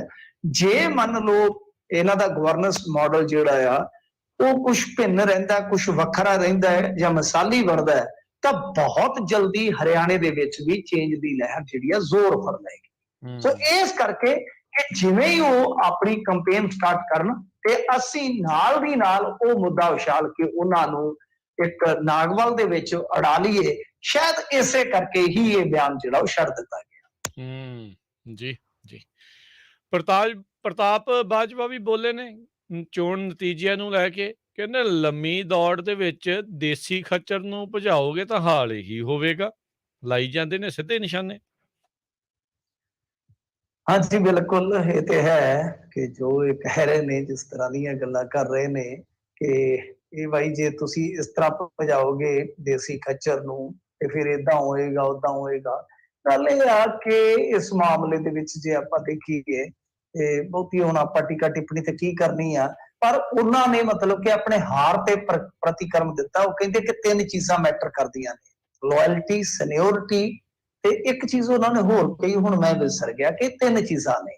ਤੇ ਜੇ ਇਹ ਤਿੰਨ ਚੀਜ਼ਾਂ ਨਹੀਂ ਰਹਿਣਗੀਆਂ ਤੇ ਬਾਈ ਤੁਹਾਡਾ ਹਾਲ ਇਹੀ ਹੋਏਗਾ। ਮਤਲਬ ਇਹ ਆ ਜਿੱਦਾਂ ਉਹਨਾਂ ਨੇ ਇੱਕ ਮਿਸਾਲ ਦਿੱਤੀ ਕਿ ਜੇ ਕਰਨਲ ਨੂੰ ਜਰਨਲ ਬਣਾ ਦਿਓਗੇ ਤਾਂ ਫਿਰ ਆਹੀ ਚੱਕਰ ਪੈਣਾ ਤੁਹਾਡਾ। ਤੇ ਇਹਦੇ ਵਿੱਚ ਅਸੀਂ ਜੋ ਕੰਮ ਕੀਤਾ, ਮਤਲਬ ਕੋਈ ਉਹਨਾਂ ਦੇ ਕਹਿਣ ਦਾ ਭਾਵ ਇਹ ਸੀਗਾ ਕਿ ਜੇ ਤੁਸੀਂ ਗਲਤ ਹੱਥਾਂ ਦੇ ਵਿੱਚ ਵਾਗਡੋਰ ਦਿਓਗੇ ਪਾਰਟੀ ਦੀ, ਫਿਰ ਹਸ਼ਰ ਜਿਹੜਾ ਹੈ ਉਹ ਇਸੇ ਤਰ੍ਹਾਂ ਦਾ ਹੀ ਹੋਏਗਾ ਇਸ ਕਿਸਮ ਦਾ। ਹਾਲਾਂਕਿ ਉਹਨਾਂ ਨੇ ਇਹ ਸਾਫ਼ ਨਹੀਂ ਕੀਤਾ ਕਿ ਦੇਸੀ ਖੱਚਰ ਕਿਸ ਨੂੰ ਕਹਿ ਰਹੇ ਆ, ਅਰਬੀ ਘੋੜਾ ਕਿਹਨੂੰ ਕਹਿ ਰਹੇ ਆ, ਬਲੈਤੀ ਘੋੜਾ ਕਿਹਨੂੰ ਕਹਿ ਰਹੇ ਆ, ਇਹ ਗੱਲ ਸਾਫ਼ ਨਹੀਂ ਕੀਤੀ। ਇਹਦੇ ਵਿੱਚ ਸਾਫ਼ ਆ ਵੈਸੇ ਕਿ ਜਿਹੜੀ ਆਮ ਆਦਮੀ ਪਾਰਟੀ ਹੈ ਉਹ ਬਹੁਤ ਹੱਦ ਤੱਕ ਕਾਂਗਰਸ ਪਾਰਟੀ ਹੈ ਜਿਹੜੀ ਬਹੁਤ ਹੱਦ ਤੱਕ ਇੱਕ ਲੜਾਈ ਦੇ ਵਿੱਚ ਉਲਝ ਗਈ ਆ। ਉਸ ਲੜਾਈ ਦੇ ਵਿੱਚ ਕੋਈ ਪਤਾ ਨਹੀਂ ਲੱਗ ਰਿਹਾ ਕਿ ਕੌਣ ਕਿਸ ਤੇ ਨਿਸ਼ਾਨੇ ਲਾ ਰਿਹਾ, ਕੌਣ ਕਿਸ ਤੇ ਨਿਸ਼ਾਨੇ ਲਾ ਰਿਹਾ। ਸੋ ਇਸ ਲੜਾਈ ਦਾ ਅੰਤ ਪਤਾ ਨਹੀਂ ਕਿੱਥੇ ਹੋਣਾ ਆ। ਕਿਤੇ LOP ਤੇ ਵੀ ਲੜੀ ਜਾਂਦੇ, ਕੋਈ ਕਹਿੰਦਾ ਵੋਟਿੰਗ ਕਰਵਾ ਲਓ, ਕੋਈ ਕਹਿੰਦਾ ਹਾਈ ਕਮਾਨ ਬਣਾਵੇ, ਕੋਈ ਕਹਿੰਦਾ ਮੈਨੂੰ ਬਣਾ ਦਿਓ। ਪ੍ਰਧਾਨਗੀ ਦਾ ਅੱਜ ਆਪਾਂ ਦੇਖੀਏ ਤਾਂ ਇਹਨਾਂ ਦਾ ਹਾਲੇ ਵੀ ਉਹ ਨਿਬੇੜਾ ਨਹੀਂ ਹੋਇਆ ਕਿ ਪ੍ਰਧਾਨ ਕਿਹਨੇ ਬਣਨਾ ਹੈ, ਉਹਦੇ ਤੇ ਵੀ ਮੱਥਾ ਮਾਰੀ ਇਹ ਕਰ ਰਹੇ ਆ। ਸੋ ਕਾਂਗਰਸ ਦਾ ਇਸ ਵੇਲੇ ਬਹੁਤ ਬੁਰਾ ਹਾਲ ਕਰ ਦਿੱਤਾ ਹਾਰ ਨੇ। ਖੈਰ ਦਿਲ ਕੇ ਟੁਕੜੇ ਹਜ਼ਾਰ ਹੋਏ, ਕੋਈ यहाँ गिरा तो कोई वहां गिरा। ਇਹ ਦਿਲ ਦੇ ਟੁਕੜੇ ਜਿਹੜੇ ਆ ਉਹ ਹਾਲੇ ਚੁਗਦੇ ਪਏ ਆ ਤੇ ਚੁਗਦੇ ਚੁਗਦੇ ਇੱਕ ਦੂਜੇ ਦੇ ਦਿਲਾਂ ਦੇ ਟੁਕੜਿਆਂ ਨੂੰ ਠੋਕਰ ਵੀ ਮਾਰ ਦਿੰਦੇ ਨੇ। ਜੀ ਜੀ ਬਿਲਕੁਲ। ਉਹਨਾਂ ਨੇ ਇਹ ਵੀ ਆਖਿਆ ਵੀ ਆਮ ਆਦਮੀ ਪਾਰਟੀ ਨੂੰ ਚਾਹੀਦਾ ਵੀ 100 ਦਿਨਾਂ ਦਾ ਸੈਸ਼ਨ ਜਿਹੜਾ ਆ ਉਹ ਸੱਦਿਆ ਜਾਵੇ। ਕਹਿੰਦੇ ਬਹੁਤੇ ਅਜੇ ਨਵੇਂ ਆ, ਇਹਨਾਂ ਨੂੰ rule and regulation Vidhan Sabha ਦਾ ਜਿਹੜਾ ਉਹ ਪਤਾ ਨਹੀਂ ਆ। ਸੋ ਮੈਂ ਨਾ ਵੀ ਆਪਣੀ ਇਹਦੀ ਵੀ ਬੋਲ ਪੈਂਦੇ ਤੇ ਸ਼ਾਇਦ ਚੰਗਾ ਹੁੰਦਾ, ਉਦੋਂ ਵੀ ਇੰਨਾ ਕੁ ਸੈਸ਼ਨ ਜਿਹੜੇ ਉਹ ਰਖਾ ਲੈਂਦੇ ਤਾਂ ਚੰਗੇ ਹੁੰਦੇ। ਤੇ ਨਾਲ ਹੀ ਜਿਹੜੇ ਇਸ ਟਾਈਮ ਸਾਡੇ ਸਰੋਤੇ ਤੇ ਦਰਸ਼ਕ ਜੁੜੇ ਹੋਏ ਉਹਨਾਂ ਨੂੰ ਦੱਸ ਦਈਏ, ਪੰਜਾਬੀ ਰੇਡੀਓ USA ਦੇ ਫੇਸਬੁੱਕ ਤੇ YouTube ਚੈਨਲ ਦੇ ਉੱਤੇ ਹੋਲੇ ਮੁਹੱਲੇ ਦੇ ਸੰਬੰਧ ਦੇ ਵਿੱਚ ਜਿਹੜੀ ਲਾਈਵ ਕਵਰੇਜ ਆ ਸ਼੍ਰੀ ਅਨੰਦਪੁਰ ਸਾਹਿਬ, ਸ਼੍ਰੀ ਕੇਸਗੜ੍ਹ ਸਾਹਿਬ ਤੋਂ ਉੱਥੋਂ ਚੱਲ ਰਹੀ ਆ। ਤੁਸੀਂ ਉੱਥੇ ਜਾ ਕੇ ਉਹ ਵੀ ਜਿਹੜੀ ਇਹਨਾਂ ਪ੍ਰੋਗਰਾਮਾਂ ਤੋਂ ਬਾਅਦ ਦੇ ਵਿੱਚ ਜਾ ਕੇ ਜਿਹੜੀ ਉਹ ਦੇਖ ਸਕਦੇ ਆ। ਜਿਹੜੇ ਵੀ ਉਸ ਦੇ ਨਾਲ ਉੱਥੇ ਜੁੜਨਾ ਚਾਹੁੰਦੇ ਆ ਉਹ ਦੇਖ ਸਕਦੇ ਆ। ਤੇ ਨਾਲ ਹੀ ਆਪਾਂ ਇੱਕ ਬ੍ਰੇਕ ਵੀ ਲੈਣੀ ਆ ਤੇ ਸਰੋਤਿਓ ਫਿਰ ਉਸ ਤੋਂ ਬਾਅਦ ਦੇ ਵਿੱਚ ਤੁਹਾਡੀਆਂ ਕਾਲਸ ਵੀ ਲੈਣੀਆਂ। ਤੇ ਕਾਲ ਕਰਨ ਦੇ ਲਈ ਸਰੋਤਿਓ ਨੰਬਰ ਹੈ 408 272 5200 4082725200। ਸੰਦੀਪ ਪਾਠਕ ਨੂੰ ਰਾਜ ਸਭਾ ਦੇ ਵਿੱਚ ਭੇਜ ਸਕਦੀ ਹੈ ਆਮ ਆਦਮੀ ਪਾਰਟੀ, ਉਹ ਭੱਜੀ ਦਾ ਨਾਮ ਵੀ ਆਈ ਜਾ ਰਿਹਾ ਆ। ਕੀ ਹੈਗਾ ਜੀ ਇਹਨਾਂ ਦੋਨਾਂ ਖਬਰਾਂ 'ਚ? ਇਹ ਤੁੱਕੇਬਾਜ਼ੀ ਆ। ਦੇਖੋ ਇਹ ਤੁੱਕੇਬਾਜ਼ੀ ਹੈ। ਕੱਲ ਵੀ ਮੰਤਰੀਆਂ ਦੇ ਨਾਮ ਐਲਾਨੇ ਜਾ ਰਹੇ ਸੀਗੇ, ਅੱਜ ਹੁਣ ਰਾਜ ਸਭਾ ਦੇ ਮੈਂਬਰਾਂ ਵਾਸਤੇ ਇਸ ਤਰ੍ਹਾਂ ਐਲਾਨਿਆ ਜਾ ਰਿਹਾ। ਮੇਰੇ ਖਿਆਲ ਦੇ ਨਾਲ ਥੋੜਾ ਜਿਹਾ ਸੰਕੋਚ ਕਰਨਾ ਚਾਹੀਦਾ ਮੀਡੀਆ ਨੂੰ। ਇਹ ਬਹੁਤ ਸਾਰੇ ਸਾਡੇ ਇੱਥੇ ਦੇ ਪੰਜਾਬੀ ਮੀਡੀਆ ਆਊਟਲੈਟ ਲਿਖ ਦਿੰਦੇ ਆ, ਨੈਸ਼ਨਲ ਮੀਡੀਆ ਆਊਟਲੈਟ ਵੀ ਲਿਖ ਦਿੰਦੇ ਇਸ ਤਰ੍ਹਾਂ ਦੀ ਖਬਰ। ਪਰ ਹਾਲ ਦੀ ਘੜੀ ਜੇ ਦੇਖੀਏ ਤਾਂ ਪ੍ਰਕਿਰਿਆ ਜਿਹੜੀ ਉਹ ਬਿਲਕੁਲ ਲਾਗੇ ਆ ਗਈ ਹੈ। ਜਦੋਂ ਨੋਮੀਨੇਸ਼ਨ ਹੋਏਗੀ ਸਾਨੂੰ ਪਤਾ ਲੱਗ ਜਾਏਗਾ। ਪਰ ਜਿਹੜੇ ਪਾਠਕ ਸਾਹਿਬ ਨੇ, ਇਹ ਪਾਠਕ ਸਾਹਿਬ ਅਰਵਿੰਦ ਕੇਜਰੀਵਾਲ ਦੇ ਬਹੁਤ ਨਜ਼ਦੀਕੀ ਨੇ। ਮੇਰੇ ਖਿਆਲ ਦੇ ਨਾਲ IIT ਦੇ ਪ੍ਰੋਫੈਸਰ ਵੀ ਨੇ ਜਿੰਨਾ ਕੁ ਮੈਂ ਜਾਣਦਾ ਆ, ਤੇ ਥਿੰਕ ਟੈਂਕ ਦੇ ਵਿੱਚ ਨੇ। ਜੇ ਇਹਨਾਂ ਨੂੰ ਘੱਲਿਆ ਜਾਂਦਾ ਹੈ ਮਤਲਬ ਕਿ ਰਾਜ ਸਭਾ ਵਿੱਚ, ਜਿਹਦਾ ਕਿ ਇੱਕ ਤਰ੍ਹਾਂ ਨਾਲ ਕਹਿ ਲਓ ਕਿ ਫਿਰ ਰਸਮ ਪੂਰਤੀ ਵਾਲਾ ਕੰਮ ਹੋਏਗਾ। ਜੇ ਉਮੀਦਵਾਰ ਬਣਾ ਦਿੱਤਾ ਜਾਂਦਾ ਤੇ ਚਲੇ ਜਾਂਦੇ ਆ, ਇੱਕ ਤਰ੍ਹਾਂ ਨਾਲ ਕਹਿ ਲਓ ਕਿ ਫਿਰ ਜਿਹੜੀਆਂ ਵਿਰੋਧੀ ਧਿਰਾਂ ਉਹਨਾਂ ਦੇ ਕੋਲ ਉਹ ਇੱਕ ਮਸਲਾ ਆ ਜਾਏਗਾ ਕਿ ਦੇਖੋ ਜੀ ਪੰਜਾਬ ਨੂੰ ਕੰਟਰੋਲ ਕਰਨ ਲਈ ਬਾਹਰੀ ਲੋਕ ਐ ਕਰ ਰਹੇ ਆ, ਇਹ ਆਪਣੇ ਪੱਧਰ ਤੇ ਸਾਰੇ ਫੈਸਲੇ ਲੈ ਰਹੇ ਆ। ਮੇਰੇ ਖਿਆਲ ਦੇ ਨਾਲ ਉਹ ਵਿਵਾਦ ਜ਼ਰੂਰ ਇਹ ਮੱਦੇ ਨਜ਼ਰ ਰੱਖਣਗੇ ਜੇ ਪਾਠਕ ਸਾਹਿਬ ਦੀ ਗੱਲ ਚੱਲ ਰਹੀ ਹੈ। ਤਾਂ ਹਾਲ ਦੀ ਘੜੀ ਮੈਂ ਤੇ ਕਿਸੇ ਇਸ ਦਾਅਵੇ ਤੇ ਨਹੀਂ ਪਹੁੰਚਦਾ ਕਿ ਬਈ ਇਹੀ ਬੰਦਾ ਇਹਨਾਂ ਦਾ ਉਮੀਦਵਾਰ ਹੋਏਗਾ। ਹਰਭਜਨ ਤੋਂ ਬਾਅਦ ਮੀਡੀਆ 'ਚ ਇਹਨਾਂ ਦੇ ਮਗਰ ਲੱਗ ਗਿਆ, ਸਿਰਫ ਮੁੜ ਕੇ ਕਹਿ ਦਿੰਦੇ ਆ ਕਿ ਸਾਨੂੰ ਸੂਤਰਾਂ ਤੋਂ ਗਲਤ ਜਾਣਕਾਰੀ ਮਿਲੀ ਸੀਗੀ। ਪਰ ਦੇਖਦੇ ਆ ਕਿਹਨਾਂ ਨੂੰ ਇਹ ਉਮੀਦਵਾਰ ਬਣਾਉਂਦੇ ਆ, ਫਿਰ ਉਸ ਹਿਸਾਬ ਨਾਲ ਗੱਲ ਕਰਾਂਗੇ, ਉਸ ਹਿਸਾਬ ਨਾਲ ਗੱਲ ਚੱਲੇਗੀ। ਜੀ ਇੰਡੀਅਨ ਐਕਸਪ੍ਰੈਸ ਵਾਲੇ ਤਾਂ ਚੱਡੇ ਦਾ ਨਾਮ ਵੀ ਜਿਹੜਾ ਆ ਉਹ ਲੈ ਰਹੇ ਆ, ਸ਼ਾਇਦ ਉਹਨੂੰ ਵੀ। ਹਾਂਜੀ ਬੜੇ ਨਾਮ ਆ ਰਹੇ ਨੇ, ਰਾਘਵ ਚੱਡੇ ਦਾ ਆ ਰਿਹਾ ਹੈ। ਰਾਘਵ ਚੱਡਾ ਨੇ ਬੜੀ ਮਿਹਨਤ ਕੀਤੀ ਹੈ ਜੀ, ਉਹ ਵੀ ਹੋ ਸਕਦਾ। ਸੋ ਮੈਂ ਜਿਵੇਂ ਤੁਹਾਨੂੰ ਕਿਹਾ ਕਿ ਮੀਡੀਆ ਇੰਡੀਆ ਦਾ ਮੀਡੀਆ ਹੈ, ਹੁਣ ਇੱਕ ਕਿਆਫਾ ਹੀ ਲਾ ਸਕਦੇ ਆ। ਤੇ ਆਪਾਂ ਜਿਵੇਂ ਕਹਿ ਦਈਏ ਆਪਣੇ ਕੋਲੋਂ ਕਿ ਬਈ ਹੋ ਸਕਦਾ ਹੈ ਕਿ ਕੋਈ ਹੋਰ ਇਹਨਾਂ ਦਾ ਦਿੱਲੀ ਤੋਂ ਆ ਜਾਵੇ ABC, ਆਪਾਂ ਉਹਦਾ ਦਾਵਾ ਠੋਕ ਦਈਏ। ਸੋ ਇਹ ਹੁਣ ਇਸ ਤਰ੍ਹਾਂ ਮਤਲਬ ਕਿ ਜੇ ਕੋਈ ਇੱਕ ਵੀ ਟਿਕਾਣੇ ਤੇ ਲੱਗ ਗਈ ਕਿਸੇ ਦੀ, ਉਹ ਕਹੇਗਾ ਵੇਖਿਆ ਮੈਂ ਤੁਹਾਨੂੰ ਪਹਿਲਾਂ ਹੀ ਕਹਿ ਦਿੱਤਾ ਸੀ। ਜਿਵੇਂ ਤੁਸੀਂ ਦੇਖੋਗੇ ਕੱਲ ਉਹ ਜਿਹੜਾ ਟਵੀਟ ਕੀਤਾ ਸੀ ਭਗਵੰਤ ਮਾਨ ਨੇ, ਤੇ ਇਹਨਾਂ ਨੇ 36 ਵਾਅਦੇ ਜਿਹੜੇ ਸਾਡੇ ਚੈਨਲ ਵਾਲਿਆਂ ਨੇ ਗਣਾਣੇ ਸਟਾਰਟ ਕਰ, ਆ ਹੋ ਸਕਦਾ, ਆ ਹੋ ਸਕਦਾ, ਆ ਹੋ ਸਕਦਾ। ਤੇ ਮੈਂ ਤੇ ਮੇਰਾ ਮਿੱਤਰ ਉੱਤੇ ਹੱਸੀਏ, ਮੈਂ ਕਿਹਾ ਯਾਰ ਵਾਹ ਕਮਾਲ ਦੀ ਗੱਲ ਹੈ। ਇਹਨਾਂ ਇਹ ਲੋਕਾਂ ਨੂੰ ਖਿੱਚੀ ਜਾਂਦੇ, ਗਾਂ ਖਿੱਚੀ ਜਾਂਦੇ ਆ ਵੀ ਇੱਥੋਂ ਤੱਕ ਤੇ ਗੱਲ ਹੀ ਨਹੀਂ ਜਾਣੀ। ਵਾਕਿਆ ਹੀ ਗੱਲ ਨਹੀਂ ਗਈ। ਸਾਨੂੰ ਪਤਾ ਵੀ ਜਦ ਤੱਕ ਕੈਬਨਿਟ ਹੀ ਨਹੀਂ ਚੁਣੇਗੀ, ਜਦ ਤੱਕ ਫੈਸਲਾ ਕੀ ਹੋਏਗਾ ਤੁਸੀਂ ਮੈਨੂੰ ਦੱਸੋ। ਬਿਲਕੁਲ ਕੈਬਨਿਟ ਫੈਸਲਾ ਕੋਈ ਪਾਸ ਕਰੇਗੀ ਨਾ, ਤਾਂ ਕੈਬਨਿਟ ਤਾਂ ਹੈ ਹੀ ਨਹੀਂ ਹੈ।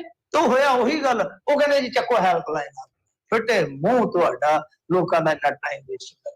ਬਿਲਕੁਲ ਬਿਲਕੁਲ ਮਿੰਟੂ ਜੀ, ਸਾਰੇ ਜਾਣੇ TRP ਦੀ ਦੌੜ ਦੇ ਵਿੱਚ ਫਿਰ ਪਤਾ ਹੀ ਆ ਵੀ ਕੀ ਕੁਛ ਜਿਹੜਾ ਉਹ ਚੱਲ ਰਿਹਾ ਆ, ਵੀ ਮੋਰੇ ਕਰੀ ਜਾਓ, ਜਿੰਨੇ ਮੂੰਹ ਉਹਨੇ ਨਾ, ਬਸ ਉਹ ਗੱਲ ਜਿਹੜੀ ਉਹ ਬਣੀ ਪਈ ਆ।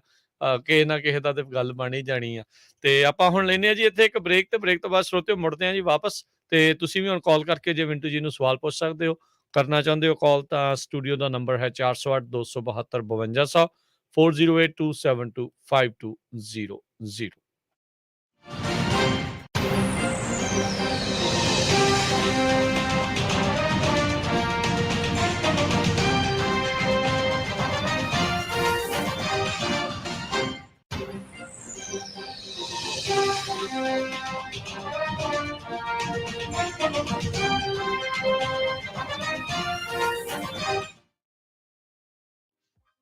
ਤੁਸੀਂ ਸੁਣ ਰਹੇ ਹੋ Punjabi radio USA KCVR 1570 AM Stockton Modesto KOBO Yuba City 1450 AM KIID Sacramento 1470 AM KWRU Fresno 1300 AM KLHC Bakersfield 1350 AM सुनो जी आज ते कुछ खट्टा मिठा ते करारा करारा खान दा दिल करदा है की खवाओगे आज लो फिर चक्को फोन ते करो ऑर्डर अपने नाल दे शिकागो पिज़्ज़ा ट्विस्ट ते हुणे 2 नवे फ्लेवर्स कढे ने इन्हां ने अचारी पिज़्ज़ा ते मंचूरियन पिज़्ज़ा भावे चिकन वाला मंगवाओ ते भावे पनीर वाला विंगा दी ते गल ही कोई होर है बस उंगलियां चटदे रहो नाल ही मैं ऑर्डर कर दी हां इन्हां दा स्पेशल शाही पनीर ते बटर चिकन पास्ता बच्चे बड़े शौक नाल खांदे ने जी हां शिकागो पिज़्ज़ा ट्विस्ट दी नवी लुक ते नवी स्वादां नु एंजॉय करो ਇੱਥੇ ਹਰ ਰੋਜ਼ ਐਗਲੈਸ ਡੋ ਅਤੇ ਤਾਜ਼ੀਆਂ ਸਬਜ਼ੀਆਂ ਨਾਲ ਪੀਜ਼ੇ ਤਿਆਰ ਕੀਤੇ ਜਾਂਦੇ ਨੇ ਵੈਜ ਅਤੇ ਨਾਨ ਵੈਜ ਪੀਜ਼ਾਸ ਦਾ ਸਵਾਦ ਲੈਣ ਲਈ ਆਪਣੀ ਨੀਅਰੈਸਟ ਲੋਕੇਸ਼ਨ ਤੇ ਫੋਨ ਕਰੋ ਫ੍ਰੈਜ਼ਨੋ ਵਿੱਚ 2 ਲੋਕੇਸ਼ਨਸ ਸ਼ਾਹ ਅਤੇ ਮਾਰਕਸ ਦੇ ਕਾਰਨਰ ਤੇ ਕਿੰਗਸ ਕੈਨੀਅਨ ਅਤੇ ਕਲੋਵਿਸ ਦੇ ਕਾਰਨਰ ਤੇ ਹੰਡਨ ਅਤੇ ਕਲੋਵਿਸ ਦੇ ਕਾਰਨਰ ਤੇ ਸਲਮਾ ਵਿੱਚ ਮੈਕਾਲ ਐਵੇਨਿਊ ਤੇ ਅਤੇ ਵਿਜ਼ਾਲੀਆ ਵਿੱਚ ਮੂਨੀ ਬੁਲੇਵਰਡ ਤੇ ਵਧੇਰੇ ਜਾਣਕਾਰੀ ਲਈ ਅਤੇ ਆਨਲਾਈਨ ਆਰਡਰ ਕਰਨ ਲਈ ਲੌਗਇਨ ਕਰੋ chicagospizzatwist.com ਤੇ ਸਵਾਦ ਦਾ ਅਸਲੀ ਬਾਦਸ਼ਾਹ Chicago's Pizza Twist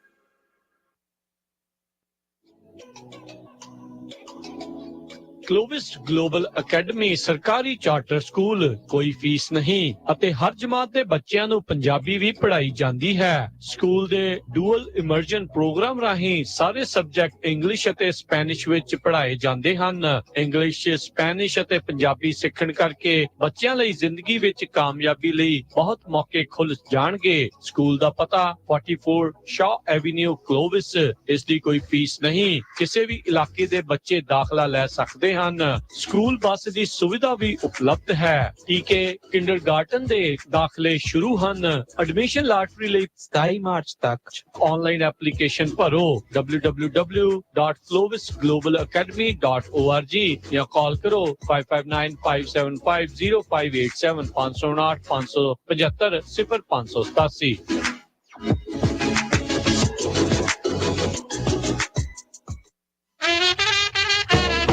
खुशियां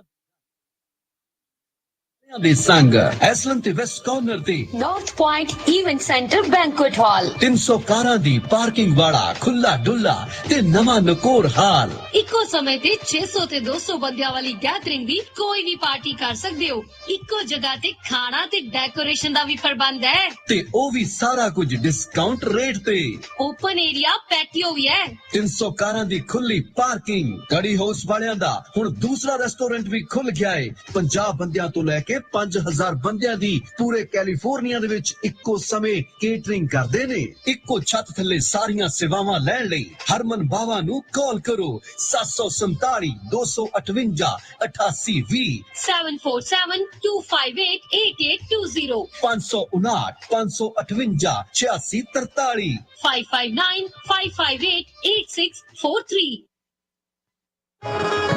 ਕੀ ਤੁਸੀਂ ਵਧੀਆ ਮਕੈਨਿਕ ਦੀ ਭਾਲ ਵਿੱਚ ਹੋ ਤਾਂ ਚੇਤੇ ਰੱਖੋ ਦੀਪਸ ਆਟੋ ਰਿਪੇਅਰ ਫ੍ਰੈਜ਼ਨੋ ਜੋ ਕਿ ਜੈਂਸਨ ਅਤੇ ਪੀਚ ਐਵਨਿਊ ਦੇ ਲਾਗੇ ਸਥਿਤ ਹੈ ਇੱਥੋਂ ਆਪ ਜੀ ਆਪਣੀਆਂ ਗੱਡੀਆਂ ਦੀ ਫੁੱਲ ਰਿਪੇਅਰਸ ਕਰਵਾ ਸਕਦੇ ਹੋ ਜਿਵੇਂ ਕਿ ਆਇਲ ਚੇਂਜਸ ਬ੍ਰੇਕਸ ਆਦਿ ਦੀਪਸ ਆਟੋ ਰਿਪੇਅਰ ਜੋ ਕਿ star certified smart check station ਵੀ ਹੈ ਤਾਂ ਤੁਸੀਂ ਕਾਰਸ ਅਤੇ ਪਿਕਅਪ ਦੀ ਸਮਾਰਟ ਚੈੱਕ ਵੀ ਕਰਵਾ ਸਕਦੇ ਹੋ ਸਾਡੇ ਸਰਟੀਫਾਈਡ ਆਟੋ ਮਕੈਨਿਕਸ ਤੁਹਾਡੀਆਂ ਖਰਾਬ ਹੋਈਆਂ ਗੱਡੀਆਂ ਨੂੰ ਫ੍ਰੀਵੇ ਤੇ ਭੱਜਣ ਲਾ ਦੇਣਗੇ ਦੀਪਸ ਆਟੋ ਰਿਪੇਅਰ ਬਹੁਤ ਸਾਰੀਆਂ ਰਿਪੇਅਰਸ ਤੇ 24 ਮਹੀਨੇ ਜਾਂ 24000 ਮੀਲ ਦੀ ਗਾਰੰਟੀ ਵੀ ਪ੍ਰਦਾਨ ਕਰਦੇ ਹਨ ਇੱਥੋਂ ਤੁਸੀਂ ਆਪਣੀਆਂ ਗੱਡੀਆਂ ਨੂੰ ਨਵੇਂ ਟਾਇਰਸ ਵੀ ਪਵਾ ਸਕਦੇ ਹੋ ਅਤੇ ਕੂਪਨ ਕੋਡ ਗੁਰਦੀਪ ਸ਼ੇਰਗਲ ਦੱਸਣ ਤੇ ਆਪ ਜੀ ਦੀਆਂ ਗੱਡੀਆਂ ਦੇ ਨਵੇਂ ਟਾਇਰਸ ਦੀ ਫ੍ਰੀ ਅਲਾਈਨਮੈਂਟ ਵੀ ਕੀਤੀ ਜਾਵੇਗੀ ਮੋਰ ਇਨਫੋਰਮੇਸ਼ਨ ਜਾਂ ਅਪਾਇੰਟਮੈਂਟ ਬਣਾਉਣ ਦੇ ਲਈ ਆਪ ਜੀ ਸੁਪਰਵਾਈਜ਼ਰ ਜੋਗਿੰਦਰ ਸਿੰਘ ਸੋਹਲ ਜਾਂ ਮਾਸਟਰ ਮਕੈਨਿਕ ਗੁਰਜੀਤ ਸਿੰਘ ਸੋਹਲ ਨੂੰ 5594851140 559-485-1140 ਤੇ ਕਾਲ ਕਰ ਸਕਦੇ ਹੋ ਔਰ ਲੌਗ ਇਨ deepsautorepair.com ਕੁਆਲਿਟੀ ਦਾ ਨਾਮ ਦੀਪਸ ਆਟੋ ਰਿਪੇਅਰ 5594851140 ਭਾਜੀ ਨਵੇਂ ਟਰੱਕ ਦੀਆਂ ਮੁਬਾਰਕਾਂ ਬੜਾ ਸ਼ਾਨਦਾਰ ਆ ਬਸ ਜੀ ਕੱਲ ਹੀ ਸੈਲਮਾ ਟਰੱਕ ਐਂਡ ਟ੍ਰੇਲਰ ਸੇਲਜ਼ ਸੈਲਮੇ ਵਾਲਿਆਂ ਤੋਂ ਲੈ ਕੇ ਆਂਦਾ ਉਹਨਾਂ ਨੇ ਇੰਨੀ ਵਧੀਆ ਡੀਲ ਦਿੱਤੀ ਮੇਰੇ ਕੋਲ ਨਾ ਹੀ ਨਹੀਂ ਹੋਈ ਤੁਹਾਡੇ ਪੁਰਾਣੇ ਟਰੱਕ ਦਾ ਕੀ ਬਣਿਆ ਉਹਨੂੰ ਤਾਂ ਮੈਂ ਵਧੀਆ ਕੀਮਤ ਤੇ ਟ੍ਰੇਡ ਕਰ ਲਿਆ ਮੈਂ ਵੀ ਨਵਾਂ ਟਰੱਕ ਲੈਣ ਬਾਰੇ ਸੋਚ ਰਿਹਾ ਆ ਜਦੋਂ ਦੀਆਂ ELDਆਂ ਲੱਗੀਆਂ ਆ ਡਰਾਈਵਰਾਂ ਦੀ ਤੇ ਕਮਾਈ ਨਹੀਂ ਹੁੰਦੀ ਫੇਰ ਤਾਂ ਤੂੰ ਇਹਨਾਂ ਕੋਲ ਹੀ ਜਾ ਇਹਨਾਂ ਕੋਲ ਟਰੱਕ ਐਂਡ ਟ੍ਰੇਲਰ ਦੀ ਬਹੁਤ ਵੱਡੀ ਇਨਵੈਂਟਰੀ ਆ ਤੇ ਨਾਲੇ ਟਰੱਕ ਫੈਕਟਰੀ ਵਾਰੰਟੀ ਨਾਲ ਆਉਂਦੇ ਨੇ ਕਿਉਂਕਿ ਇਹ ਟਰੱਕ ਬੈਂਕ ਜਾਂ ਆਕਸ਼ਨ ਤੋਂ ਨਹੀਂ ਲੈਂਦੇ ਕੀ ਇਹਨਾਂ ਕੋਲ ਕੋਲ ਆਟੋਮੈਟਿਕ ਟਰੱਕ ਵੀ ਨੇ।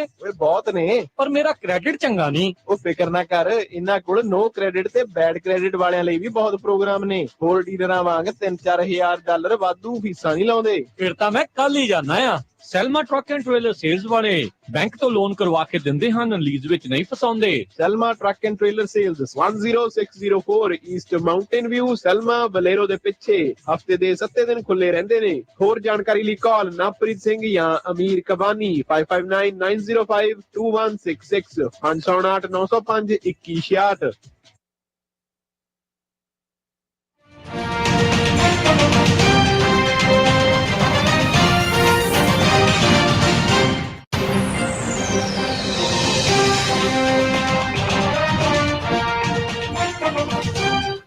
ਪੰਜਾਬੀ ਰੇਡੀਓ USA ਸੁਣ ਰਹੇ ਸਾਰੇ ਸਰੋਤਿਆਂ ਨੂੰ ਇੱਕ ਵਾਰੀ ਫੇਰ ਨਿੱਘੀ ਜੀ ਆਇਆਂ ਨੂੰ, ਸਭ ਦਾ ਸਵਾਗਤ ਹੈ। ਮਿੰਟੂ ਜੀ ਸਵਾਗਤ ਹੈ ਇੱਕ ਵਾਰੀ ਫੇਰ, ਜੀ ਆਇਆਂ ਨੂੰ ਜੀ। ਜੀ ਸ਼ੁਕਰੀਆ ਜੀ। ਤੇ ਸਰੋਤਿਓ ਕਾਲ ਕਰ ਸਕਦੇ ਹੋ 408-272-5200 408272 5200 ਦੇ ਉੱਤੇ। ਤੇ ਆਓ ਆਪਾਂ ਜਿਹੜੇ ਹੁਣ ਕਾਲਰਸ ਹੈਗੇ ਆ ਉਹਨਾਂ ਦੇ ਨਾਲ ਕਰਦੇ ਹਾਂ ਜੀ ਗੱਲਬਾਤ। ਤੇ ਕਾਲ ਕਰਨ ਦੇ ਲਈ ਨੰਬਰ 408-272-5200। ਦੀਪਿੰਦਰ ਜੀ ਸਤਿ ਸ਼੍ਰੀ ਅਕਾਲ। ਹਾਂਜੀ ਸਤਿ ਸ਼੍ਰੀ ਅਕਾਲ ਜੀ ਮਿੰਟੂ ਜੀ, ਸਤਿ ਸ਼੍ਰੀ ਅਕਾਲ ਰਾਜ ਕਰਨਵੀਰ ਜੀ। ਸਤਿ ਸ਼੍ਰੀ ਅਕਾਲ। ਇੱਕ ਕੁਐਸਚਨ ਪੁੱਛਣਾ ਸੀਗਾ ਰਾਜ ਕਰਨਵੀਰ ਸਿੰਘ ਜੀ, ਤੁਹਾਨੂੰ ਜਦੋਂ ਆਪਾਂ ਇਲੈਕਸ਼ਨ ਦਾ ਪ੍ਰੋਗਰਾਮ ਕਰ ਰਹੇ ਸੀ ਉਦੋਂ ਵੀ ਇੱਕ ਸਰੋਤੇ ਨੇ ਕੀਤੀ ਸੀ ਇਹ ਗੱਲ, ਤੇ ਵੀ ਮੈਂ ਸੁਣਿਆ ਵੀ ਜਿੱਦਾਂ ਹੁਣ ਵੀਟ ਦਾ ਫਿਊਚਰ, ਕਣਕ ਦਾ ਫਿਊਚਰ, ਜਿਹੜੇ ਆਪਾਂ ਫਿਊਚਰ ਇੰਡੈਕਸ ਵੇਖਦੇ ਹਾਂ, ਤੁਹਾਨੂੰ ਥੋੜਾ ਜਿਹਾ ਵੱਧ ਪਤਾ ਹੋਊਗਾ, ਸਟਾਕਸ ਦੀ ਟ੍ਰੇਡਿੰਗ ਕਰਦੇ ਹੋ, ਉਹ ਕਹਿੰਦੇ ਵੀ ਲੜਾਈ ਲੱਗਣ ਕਰਕੇ ਹਾਈ ਜਾ ਰਿਹਾ ਤੇ ਇਹਦੇ ਕਰਕੇ ਕਣਕ ਦੀਆਂ ਕੀਮਤਾਂ ਵਧਣਗੀਆਂ। ਤੇ ਕੀ ਇਹਦੇ ਚ ਇੰਡੀਆ ਵੀ ਜਿਵੇਂ ਗਵਰਨਮੈਂਟ ਜਿਹੜਾ ਹੁਣ ਨਵਾਂ MSP ਉਹ ਵਧਾਉਣਗੇ, ਜਾਂ ਜਿਹਦੇ ਆਪਣੇ ਲੋਕ ਹੈ ਉਹ ਬਾਹਰ ਟਰੇਡਰਾਂ ਨੂੰ ਬਿਨਾਂ ਜਿਹੜੀਆਂ ਆਪਣੀਆਂ ਏਜੰਸੀਆਂ ਦੀਆਂ ਉਹਨਾਂ ਤੋਂ ਵੇਚਣ ਤੋਂ ਸਵਾਏ ਬਾਹਰ ਵੇਚ ਸਕਦੇ ਆ? ਕੀ ਐਤਕੀ ਵੀ ਕਣਕ ਦਾ ਰੇਟ ਇੰਡੀਆ 'ਚ ਵੀ ਚੰਗਾ ਮਿਲਣ ਦੀ ਆਸ ਹੈਗੀ ਆ ਜੀ? ਨਹੀਂ ਸਰ, ਇੱਥੇ ਤੇ ਜਿਹੜਾ MSP ਉਹ ਪਹਿਲਾਂ ਐਲਾਨਿਆ ਜਾਂਦਾ ਹੈ। ਉਹ ਤਾਂ ਜਿਹੜਾ ਹੁੰਦਾ ਹੈ ਮਤਲਬ ਕਿ ਰਬੀ ਦਾ ਜਾਂ ਖਰੀਫ ਦਾ, ਉਹ ਕਈ ਮਹੀਨੇ ਪਹਿਲਾਂ ਹੀ ਆ ਜਾਂਦਾ ਹੈ। MSP ਉਹੀ ਮਿਲੇਗਾ। ਬਾਕੀ ਜਿਹੜੀ ਗੱਲ ਇਹ ਆ ਕਿ ਹੁਣ ਆਪਣਾ ਕਿਸਾਨ ਕਿਵੇਂ ਬਾਹਰਲੇ ਮੁਲਕ 'ਚ ਟ੍ਰੇਡ ਕਰ ਸਕਦਾ, ਉਹਦੇ ਵਾਸਤੇ ਤੁਹਾਨੂੰ ਲਾਇਸੈਂਸ ਲੈਣਾ ਪਵੇਗਾ। ਉਹਦੇ ਵਾਸਤੇ ਤੁਹਾਡੇ ਕੋਲ ਕੋਈ ਮਤਲਬ ਕਿ ਇੱਕ ਬੜੀ ਵੱਡੀ ਟਰਾਂਸਪੋਰਟੇਸ਼ਨ ਦੀ ਸਹੂਲਤ ਚਾਹੀਦੀ ਹੈ। ਕਿ ਫਰਜ਼ ਕਰੋ ਅਸੀਂ ਸਮੁੰਦਰ ਦੇ ਰਸਤੇ ਆਪਣਾ ਅਨਾਜ ਕੱਢਣਾ ਹੋਵੇ, ਕੀ ਅਸੀਂ ਬੰਬੇ ਲਿਜਾ ਸਕਦੇ ਹਾਂ?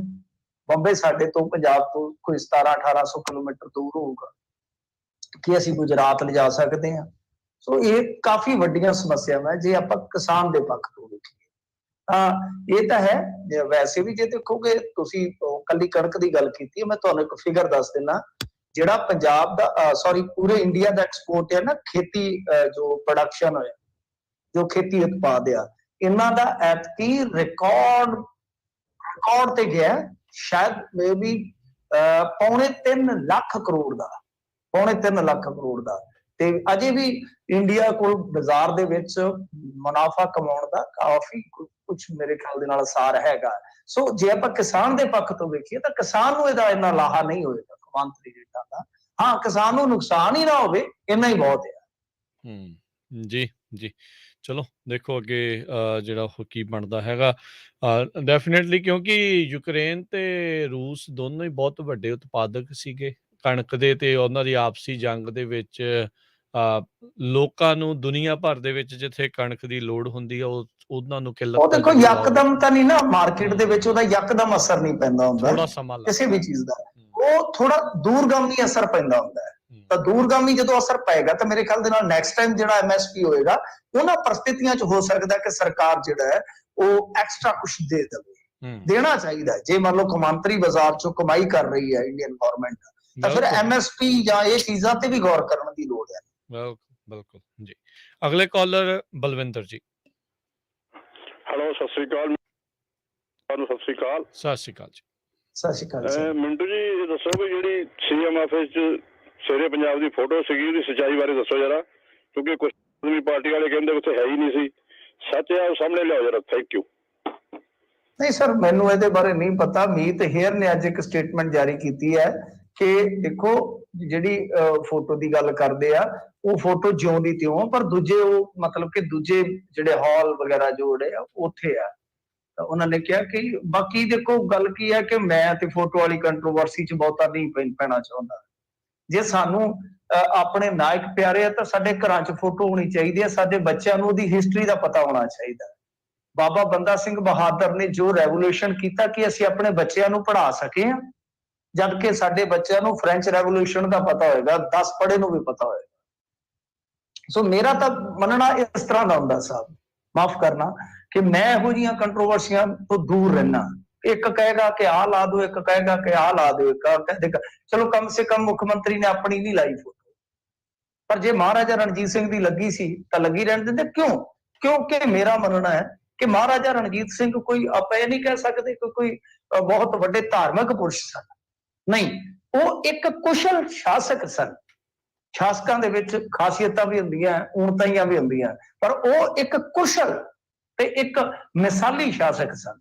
ਤੇ ਸ਼ਾਸਕ ਹੀ ਤੁਸੀਂ ਹੋ ਬਈ, ਤੁਸੀਂ ਲੋਕਤੰਤਰਕ ਢਾਂਚੇ ਚੋਂ ਆਏ ਹੋ। ਉਦੋਂ ਤਲਵਾਰ ਦੇ ਬਲ ਤੇ ਰਾਜ ਹੁੰਦੇ ਸਨ। ਸੋ ਗੱਲ ਇਹ ਆ ਕਿ ਜੇ ਸੀ ਨਹੀਂ ਲਾਉਣੀ ਚਾਹੀਦੀ ਸੀ, ਜੇ ਮੰਨ ਲਓ ਨਹੀਂ ਹੈ, ਕੋਈ ਫਰਕ ਨਹੀਂ ਪੈਂਦਾ। ਸਾਡੇ ਦਿਲਾਂ 'ਚ ਹੋਣੀ ਚਾਹੀਦੀ ਹੈ ਲੋਕ ਨਾਇਕਾਂ ਦੀ ਤਸਵੀਰ, ਸਾਡੇ ਘਰਾਂ 'ਚ ਹੋਣੀ ਚਾਹੀਦੀ ਹੈ, ਸਾਡੇ ਬੱਚਿਆਂ ਦੇ ਜ਼ਿਹਨ 'ਚ ਹੋਣੀ ਚਾਹੀਦੀ ਜੀ। ਥੈਂਕ ਯੂ ਜੀ। ਅਗਲੇ ਕਾਲਰ ਰਾਜ ਜੀ। ਹਾਂਜੀ, ਸਤਿ ਸ੍ਰੀ ਅਕਾਲ ਜੀ। ਸਤਿ ਸ਼੍ਰੀ ਅਕਾਲ ਜੀ।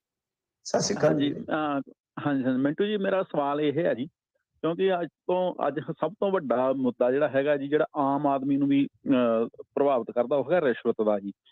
ਤੇ ਹਾਂਜੀ, ਇੱਕ ਆਪਣੇ ਸਿਸਟਮ ਆ, ਤੁਹਾਨੂੰ ਜ਼ਿਆਦਾ ਪਤਾ ਹੋਊਗਾ ਵੀ ਹੁਣ ਜਦੋਂ ਕੋਈ ਮੰਤਰੀ ਜਾਂ ਕੋਈ ਮੁੱਖ ਮੰਤਰੀ ਜਦੋਂ ਦੌਰੇ ਤੇ ਆਉਂਦਾ ਜ਼ਿਲ੍ਹੇ ਦੇ ਵਿੱਚ, ਉਹ ਅਫਸਰਾਂ ਨੂੰ ਇੱਕ ਹੁਕਮ ਕਰ ਦਿੰਦਾ ਜੀ, ਮੈਂ ਆ ਰਿਹਾ ਤੇ ਉਹਦਾ ਪ੍ਰਬੰਧ ਕਰੋ।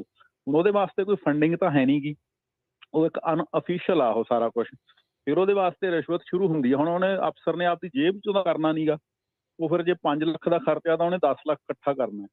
ਕੀ ਇਹ ਸਿਸਟਮ ਹੁਣ ਬਦਲੂਗਾ? ਜਿੱਥੋਂ ਰਿਸ਼ਵਤ ਦਾ ਮੁੱਢ ਸ਼ੁਰੂ ਹੁੰਦਾ, ਫਿਰ ਉਹ ਸਰਕਾਰ ਨੂੰ ਵੀ ਖੁੱਲ੍ਹ ਦੇਣੀ ਪੈਂਦੀ ਆ। ਤੇ ਇੱਕ ਮੇਰਾ ਸਵਾਲ ਇਹ ਆ, ਇਹਦੇ ਦੂਜਾ ਮੇਰਾ ਹੈਗਾ ਜੀ, ਜਿਹੜਾ ਤੁਸੀਂ ਹੁਣੇ ਖਬਰਾਂ ਦੇ ਵਿੱਚ ਕੀਤਾ ਵੀ ਦਿੱਲੀ ਤੋਂ ਆਉਣਗੇ ਬੰਦੇ ਜਿਹੜੇ ਇਹਨਾਂ ਨੂੰ ਮਾਰਗਦਰਸ਼ਨ ਕਰਨ ਵਾਸਤੇ, ਉਹ ਬਿਲਕੁਲ ਹੀ ਜਿਹੜੇ ਖਦਸ਼ੇ ਸੀ ਨਾ ਪਹਿਲਾਂ ਆਪੋਜੀਸ਼ਨ ਕਰਦੀ ਵੀ ਇਹ ਕੰਟਰੋਲ ਦਿੱਲੀ ਤੇ ਰਹੂਗਾ, ਜੇ ਇਹ ਆ ਜਾਂਦੇ ਆ ਤਾਂ ਬਿਲਕੁਲ ਉਹੋ ਚੀਜ਼ ਹੋਊਗਾ ਜੀ, ਇਹ ਕੋਈ ਮਾਰਗਦਰਸ਼ਨ ਨਹੀਂ ਕਰਨਗੇ, ਇਹ ਇਹਨਾਂ ਨੂੰ ਇੱਕ ਕੰਟਰੋਲ ਕਰਨ ਵਾਸਤੇ ਹੀ ਆਉਣਗੇ। ਇਹ ਜ਼ਰੂਰ ਹੈਗਾ। ਨਹੀਂ, ਦੇਖੋ ਉਹ ਖਬਰਾਂ ਨੇ, ਅਸੀਂ ਕਲੀਅਰ ਖਬਰਾਂ ਕਹੀਆਂ ਸੀ, ਆਪਣੇ ਕੋਲੋਂ ਨਹੀਂ ਕਿਹਾ ਕਿ ਉਹ ਆਉਣਗੇ, ਠੀਕ ਹੈ ਜੀ। ਤੇ ਦੂਸਰੀ ਚੀਜ਼ ਜਿਹੜੀ ਹੈ ਕਿ ਦੇਖੋ ਇਹਦੇ ਬਾਰੇ ਮੈਂ ਹੁਣ ਨਹੀਂ ਕਹਿ ਸਕਦਾ, ਮੈਂ ਕਿਉਂਕਿ ਕੋਈ ਸਰਕਾਰ ਦਾ ਹਿੱਸਾ ਨਹੀਂ ਹੈ, ਮੈਂ ਕਿਸੇ ਪਾਰਟੀ ਦਾ ਹਿੱਸਾ ਨਹੀਂ ਹੈ, ਕਿਸ ਤਰ੍ਹਾਂ ਹੋਏਗਾ, ਇਸ ਤਰ੍ਹਾਂ ਹੋਏਗਾ। ਕਿਉਂਕਿ ਜੇ ਤਾਂ ਮੈਂ ਸਰਕਾਰ ਦਾ ਹਿੱਸਾ ਹੋਵਾਂ, ਸਰਕਾਰ ਦਾ ਕੋਈ ਤਰਜਮਾਨ ਹੋਵਾਂ, ਫਿਰ ਮੈਂ ਕਹਿ ਸਕਦਾ ਆਪਣੀ ਜ਼ਿੰਮੇਵਾਰੀ ਤੇ ਕਿ ਨਹੀਂ ਅਸੀਂ ਐਸਾ ਕਰਨ ਜਾ ਰਹੇ ਹਾਂ। ਕਿਉਂ? ਕਿਉਂਕਿ ਮੈਂ ਇਹਨਾਂ ਚੀਜ਼ਾਂ ਤੋਂ ਦੂਰ ਰਹਿਣਾ ਆਲਵੇਜ਼, ਜਦ ਤੱਕ ਮੈਂ ਇਸ ਪੇਸ਼ੇ ਦੇ ਵਿੱਚ ਰਹੂੰਗਾ ਵੀ ਦੂਰ। ਮੇਰਾ ਵਾਅਦਾ ਹੈ ਇੱਥੇ ਇਸ ਮਾਈਕ ਤੇ, ਜਿਸ ਦਿਨ ਮੈਂ ਕਿਸੇ ਹੋਰ ਪੇਸ਼ੇ 'ਚ ਗਿਆ, ਮੈਂ ਇਸ ਨੂੰ ਛੱਡ ਕੇ ਜਾਵਾਂਗਾ, ਬਾਅਦ ਛੱਡ ਕੇ ਜਾਵਾਂਗਾ, ਸ਼ੁਕਰਾਨਾ ਕਰਕੇ ਜਾਵਾਂਗਾ। ਕਿਸੇ ਵੀ ਖੇਤਰ 'ਚ ਜਾਣਾ ਤਾਂ ਮੈਂ ਕਹਿ ਕੇ ਜਾਵਾਂਗਾ ਐਸਾ ਪਵਿੱਤਰ ਪੇਸ਼ਾ ਹੈ ਕਿ ਇਹਦੇ ਨਾਲ ਦੂਸਰਾ ਪੇਸ਼ਾ ਕਰਾਂਗੇ ਤਾਂ ਮੇਰੇ ਖਿਆਲ ਦੇ ਨਾਲ ਅਸੀਂ ਕਿਤੇ ਨਾ ਕਿਤੇ ਅਨਿਆਂ ਕਰਾਂਗੇ। ਸੋ ਮੈਂ ਆਪਣੀ ਗੱਲ ਕਹੀ। ਦੂਜੀ ਗੱਲ ਇਹ ਆ ਕਿ ਸਾਨੂੰ ਇਹ ਰਿਜ਼ਲਟ ਕੱਢਣ ਤੋਂ ਪਹਿਲਾਂ ਇੱਕ ਸਮਾਂ ਤੇ ਦੇਣਾ ਪਵੇਗਾ ਨਾ, ਕਿ ਉਹ ਕਿਸ ਤਰ੍ਹਾਂ ਦਾ ਪ੍ਰਬੰਧ ਕਰਦੇ ਨੇ, ਕਿ ਇਹ ਵੰਗਾਰ ਜਿਹੜੀ ਉੱਤੋਂ ਆਉਂਦੀ ਹੈ, ਜਾਂ ਜਿਹੜੇ ਮੈਨੂੰ ਤਾਂ ਅੱਖੀਂ ਦੇਖੀਆਂ ਗੱਲਾਂ ਯਾਦ ਨੇ ਕਿ ਕਿਸ ਤਰ੍ਹਾਂ ਬੱਸ ਦੇ ਥੱਲੇ ਕੋਈ ਬੰਦਾ ਆ ਗਿਆ ਤਾਂ ਉੱਥੇ ਡੀਸੀ ਨੂੰ ਕਿਹਾ ਜਾਂਦਾ ਸੀ ਦੇ ਮੁਆਵਜ਼ਾ, ਡੀਸੀ ਨੂੰ ਕਿਹਾ ਜਾਂਦਾ ਦੇ ਮੁਆਵਜ਼ਾ। ਹੁਣ ਡੀਸੀ ਕਿੱਥੋਂ ਦੇਗਾ ਮੁਆਵਜ਼ਾ? ਉਹ ਕਹੇਗਾ ਐਸਐਸਪੀ ਨੂੰ ਤੂੰ ਪਾਲਾ, ਥੋੜਾ ਐਸਪੀ ਨੂੰ ਕਹੇਗਾ ਤੂੰ ਪਾਲਾ, ਉਹ ਤਾਂ ਡੀਸੀ ਠਹਿਰਿਆ ਨਾ। ਤਹਿਸੀਲਦਾਰ ਨੂੰ ਕਹੇਗਾ ਤੂੰ ਪਾਲਾ। ਹੁਣ ਤਹਿਸੀਲਦਾਰ ਹੋਰੀ ਕਿੱਥੋਂ ਪਾਉਣਗੇ ਬਈ? ਉਹ ਗਾਂ ਜਿਹੜੇ ਬਿਜ਼ਨਸਮੈਨ ਹੋਣਗੇ ਜਾਂ ਜਿਹੜੇ ਉਹਨਾਂ ਤੋਂ ਕੰਮ ਧੰਦਾ ਲੈਂਦੇ ਆ, ਉਹਨਾਂ ਨੂੰ ਕਹਿਣਗੇ। ਬਣ ਗਈ ਨਾ ਚੇਨ। ਕਿ ਇਹ ਇਸ ਤਰ੍ਹਾਂ ਹੀ ਪ੍ਰਬੰਧ ਚੱਲੇਗਾ ਜਾਂ ਇਹਦੇ 'ਚ ਚੇਂਜ ਆਏਗਾ, ਮੈਂ ਕੁਝ ਨਹੀਂ ਕਹਿ ਸਕਦਾ। ਪਰ ਹਾਂ ਇਹ ਕਹਿ ਰਿਹਾ ਕਿ ਇਸ ਨਤੀਜੇ ਤੇ ਪਹੁੰਚਣ ਤੋਂ ਪਹਿਲਾਂ ਇੱਕ ਸਮਾਂ ਤੇ ਆਪਾਂ ਨੂੰ ਦੇਣਾ ਪਏਗਾ। ਉਹ ਤਾਂ ਸਹੁੰ ਵਗੈਰਾ ਚੱਕ ਰਹੇ ਜੀ। ਥੈਂਕ ਯੂ ਜੀ। ਅਗਲੇ ਕਾਲਰ ਗਗਨਦੀਪ। ਹਾਂਜੀ, ਦੋਨਾਂ ਵੀਰਾਂ ਨੂੰ ਸਤਿ ਸ੍ਰੀ ਅਕਾਲ ਜੀ। ਸਤਿ ਸ਼੍ਰੀ ਅਕਾਲ ਜੀ। ਸਤਿ ਸ੍ਰੀ ਅਕਾਲ ਜੀ। ਹਾਂਜੀ ਭਾਜੀ, ਮੈਂ ਤਾਂ ਨਿੱਕੇ ਹੁੰਦੇ ਹੀ ਆਪਾਂ ਗੱਲਾਂ ਕਰਨੀਆਂ ਸੀ। ਜਿਵੇਂ ਬਾਦਲ ਜੀ, ਪ੍ਰਕਾਸ਼ ਸਿੰਘ ਬਾਦਲ ਜੀ ਕਹਿੰਦੇ ਆ ਵੀ ਚਲੋ ਹੁਣ ਮੈਂ ਆਪਣੇ ਆਪਦੀ ਪੈਨਸ਼ਨ ਵਗੈਰਾ ਨਹੀਂ ਲੈਣੀ, ਵੀ ਕਈ ਹੋ ਸਕਦਾ ਵੀ ਜਿਹੜੇ ਦੂਜੇ 6 7 ਵਾਰੀ ਪੜੇ ਹੋਏ ਕੋਈ MLA ਆ ਜਾਂ MP ਆ, ਉਹ ਵੀ ਇਹੋ ਜਿਹੀ ਗੱਲ ਕਰਨਗੇ। ਕਿਉਂਕਿ ਲੱਗਦਾ ਵਾ ਨਾ ਵੀ ਜਿਵੇਂ ਸ਼ਾਇਦ ਆਮ ਆਦਮੀ ਵਾਲੀ ਪਾਰਟੀ ਵਾਲੇ ਕੋਈ ਨਾ ਕੋਈ ਇਹਦੇ ਤੇ ਬਿੱਲ ਵਗੈਰਾ ਲਿਆਉਣ। ਤੇ ਦੂਜੀ ਗੱਲ ਭਾਜੀ ਆਪਾਂ ਸੁਣਦੇ ਆ ਨਾ ਵੀ ਪੰਜਾਬ 'ਚ ਕਿਸਾਨਾਂ ਨੂੰ ਬਿਜਲੀ ਫ੍ਰੀ ਆ, ਪਰ ਮੈਨੂੰ ਮੈਨੂੰ ਤੁਸੀਂ ਪਹਿਲੀ ਗੱਲ ਸਰ ਪਹਿਲੀ ਪ੍ਰਕਾਸ਼ ਸਿੰਘ ਬਾਦਲ ਵਾਲੀ ਗੱਲ ਜੇ ਪੂਰੀ ਕਰ ਲੈਂਦੇ ਹੋ ਤਾਂ ਠੀਕ ਨਹੀਂ ਰਹੇਗਾ। ਤੁਸੀਂ ਦੱਸ ਦਿਓ ਕੀ ਸਵਾਲ ਉਹਦੇ 'ਚ ਤੁਹਾਡਾ ਹੈ ਤੇ ਮੈਂ ਦੱਸ ਦਿੰਦਾ ਜੀ ਉਹਦਾ ਜਵਾਬ। ਫਿਰ ਤੁਸੀਂ ਦੂਜੀ ਗੱਲ ਕਰ ਲਿਓ, ਮੈਂ ਜ਼ਿਆਦਾ ਟਾਈਮ ਨਹੀਂ ਲਊਂਗਾ ਤੁਹਾਡਾ ਜੀ। ਹਾਂਜੀ ਨਹੀਂ ਉਹ ਆਪਾਂ ਕਹਿੰਦੇ ਵੀ ਚਲੋ ਪ੍ਰਕਾਸ਼ ਸਿੰਘ ਬਾਦਲ ਨੇ ਕਿਹਾ ਨਾ ਵੀ ਮੈਂ ਆਪਦੀ ਛੱਡ ਦੇਣੀ ਆ ਪੈਨਸ਼ਨ ਛੱਡ ਦਿੱਤੀ। ਹਾਂਜੀ ਵੀ ਜਿਹੜੇ ਆਪਣੇ ਦੂਜੇ ਵੀ ਕਈ MLA ਜਾਂ MP ਹੁੰਦੇ ਆ ਜਿਹੜੇ 5-5 ਵਾਰੀ ਜਾਂ 6-6 ਵਾਰੀ ਬਣੇ ਆ, ਐਤਕੀ ਹਾਰ ਕੇ, ਵੀ ਹੋ ਸਕਦਾ ਉਹ ਵੀ ਛੱਡ ਦੇਣਗੇ ਆਪਦੀ ਪੈਨਸ਼ਨ। ਵੀ ਉਦਾਂ ਤਾਂ ਆਪਾਂ ਕਹਿੰਦੇ ਆਪਣਾ ਖਜ਼ਾਨਾ ਖਾਲੀ ਆ, ਨਾ ਆਪਾਂ ਕਦੇ ਆਪਣੀਆਂ ਤਨਖਾਹਾਂ ਛੱਡੀਆਂ, ਨਾ ਆਪਾਂ ਕਦੇ ਆਪਣੀ ਪੈਨਸ਼ਨ ਛੱਡੀ, ਤੇ ਫਿਰ ਖਜ਼ਾਨਾ ਕਿੱਥੋਂ ਭਰਨਾ ਜੀ। ਤਾਂ ਉਦਾਂ ਵੀ ਇਹਨਾਂ ਦੇ ਸੋਰਸ ਬਥੇਰੇ ਹੁੰਦੇ ਭਾਜੀ, ਆਪਾਂ ਨੂੰ ਸਭ ਨੂੰ ਪਤਾ ਵਾ ਵੀ ਇਹਨਾਂ ਦੇ ਬਥੇਰੇ ਸੋਰਸ ਹੁੰਦੇ ਆ ਇਨਕਮ ਦੇ, ਕੋਈ ਇਹ ਇਕੱਲੇ ਰਾਜਨੀਤੀ ਤਾਂ ਹੁੰਦੀ ਨਹੀਂ। ਹਾਂ ਜੀ ਮਿੰਟੂ ਜੀ, ਤੁਹਾਨੂੰ ਲੱਗਦਾ ਵੀ ਕੋਈ ਛੱਡਣ ਨੂੰ ਏਦਾਂ ਰਾਜੀ ਹੋਊਗਾ, ਜਾਂ ਇਹ ਜਿੱਦਾਂ ਕਹਿ ਰਹੇ ਵੀ ਜਾਂ ਬਿੱਲ ਲਿਆਉਣ ਬਾਰੇ ਜਿੱਦਾਂ ਅਮਨ ਅਰੋੜਾ ਹੋਣਾ ਨੇ ਕਿਹਾ? ਦੇਖੋ ਉਹ ਲੈ ਆਉਣਗੇ ਮੇਰੇ ਖਿਆਲ ਦੇ ਨਾਲ, ਜਿਸ ਤਰ੍ਹਾਂ ਅਮਨ ਅਰੋੜਾ, ਮੈਂ ਕਿਹਾ ਨਾ ਕੋਈ ਗੈਰ ਜ਼ਿੰਮੇਵਾਰਾਨਾ ਬਿਆਨ ਨਹੀਂ ਦਿੰਦੇ ਹੁੰਦੇ, ਛੇਤੀ ਲੈ ਆਉਣਗੇ। ਤੇ ਜਿਹੜਾ ਪ੍ਰਕਾਸ਼ ਸਿੰਘ ਬਾਦਲ ਦਾ ਫੈਸਲਾ ਉਹ ਵੀ ਕਿਸੇ ਐਂਗਲ ਤੋਂ ਇੱਧਰ ਜੋੜਿਆ ਜਾ ਸਕਦਾ ਆ। ਤੇ ਬਾਕੀ ਬਈ ਛੱਡਣੀਆਂ ਚਾਹੀਦੀਆਂ, ਆਪ ਹੀ ਛੱਡ ਦੇਣ, ਠੀਕ ਆ। ਅਦਰਵਾਈਜ਼ ਇਹ ਆਪਦਾ ਬਿੱਲ ਲਿਆਉਣ, ਇਸ ਚੀਜ਼ ਨੂੰ ਖਤਮ ਕਰਨ, ਇਹ ਟੈਂਟਾ ਹੀ ਨਿਬੇੜਨ। ਫਿਰ ਵਿਧਾਇਕਾਂ ਦਾ ਜਿਹੜਾ ਇਨਕਮ ਟੈਕਸ ਉਹ ਕਾਹਦਾ ਭਰਨਾ ਲੋਕਾਂ ਨੇ ਬਈ?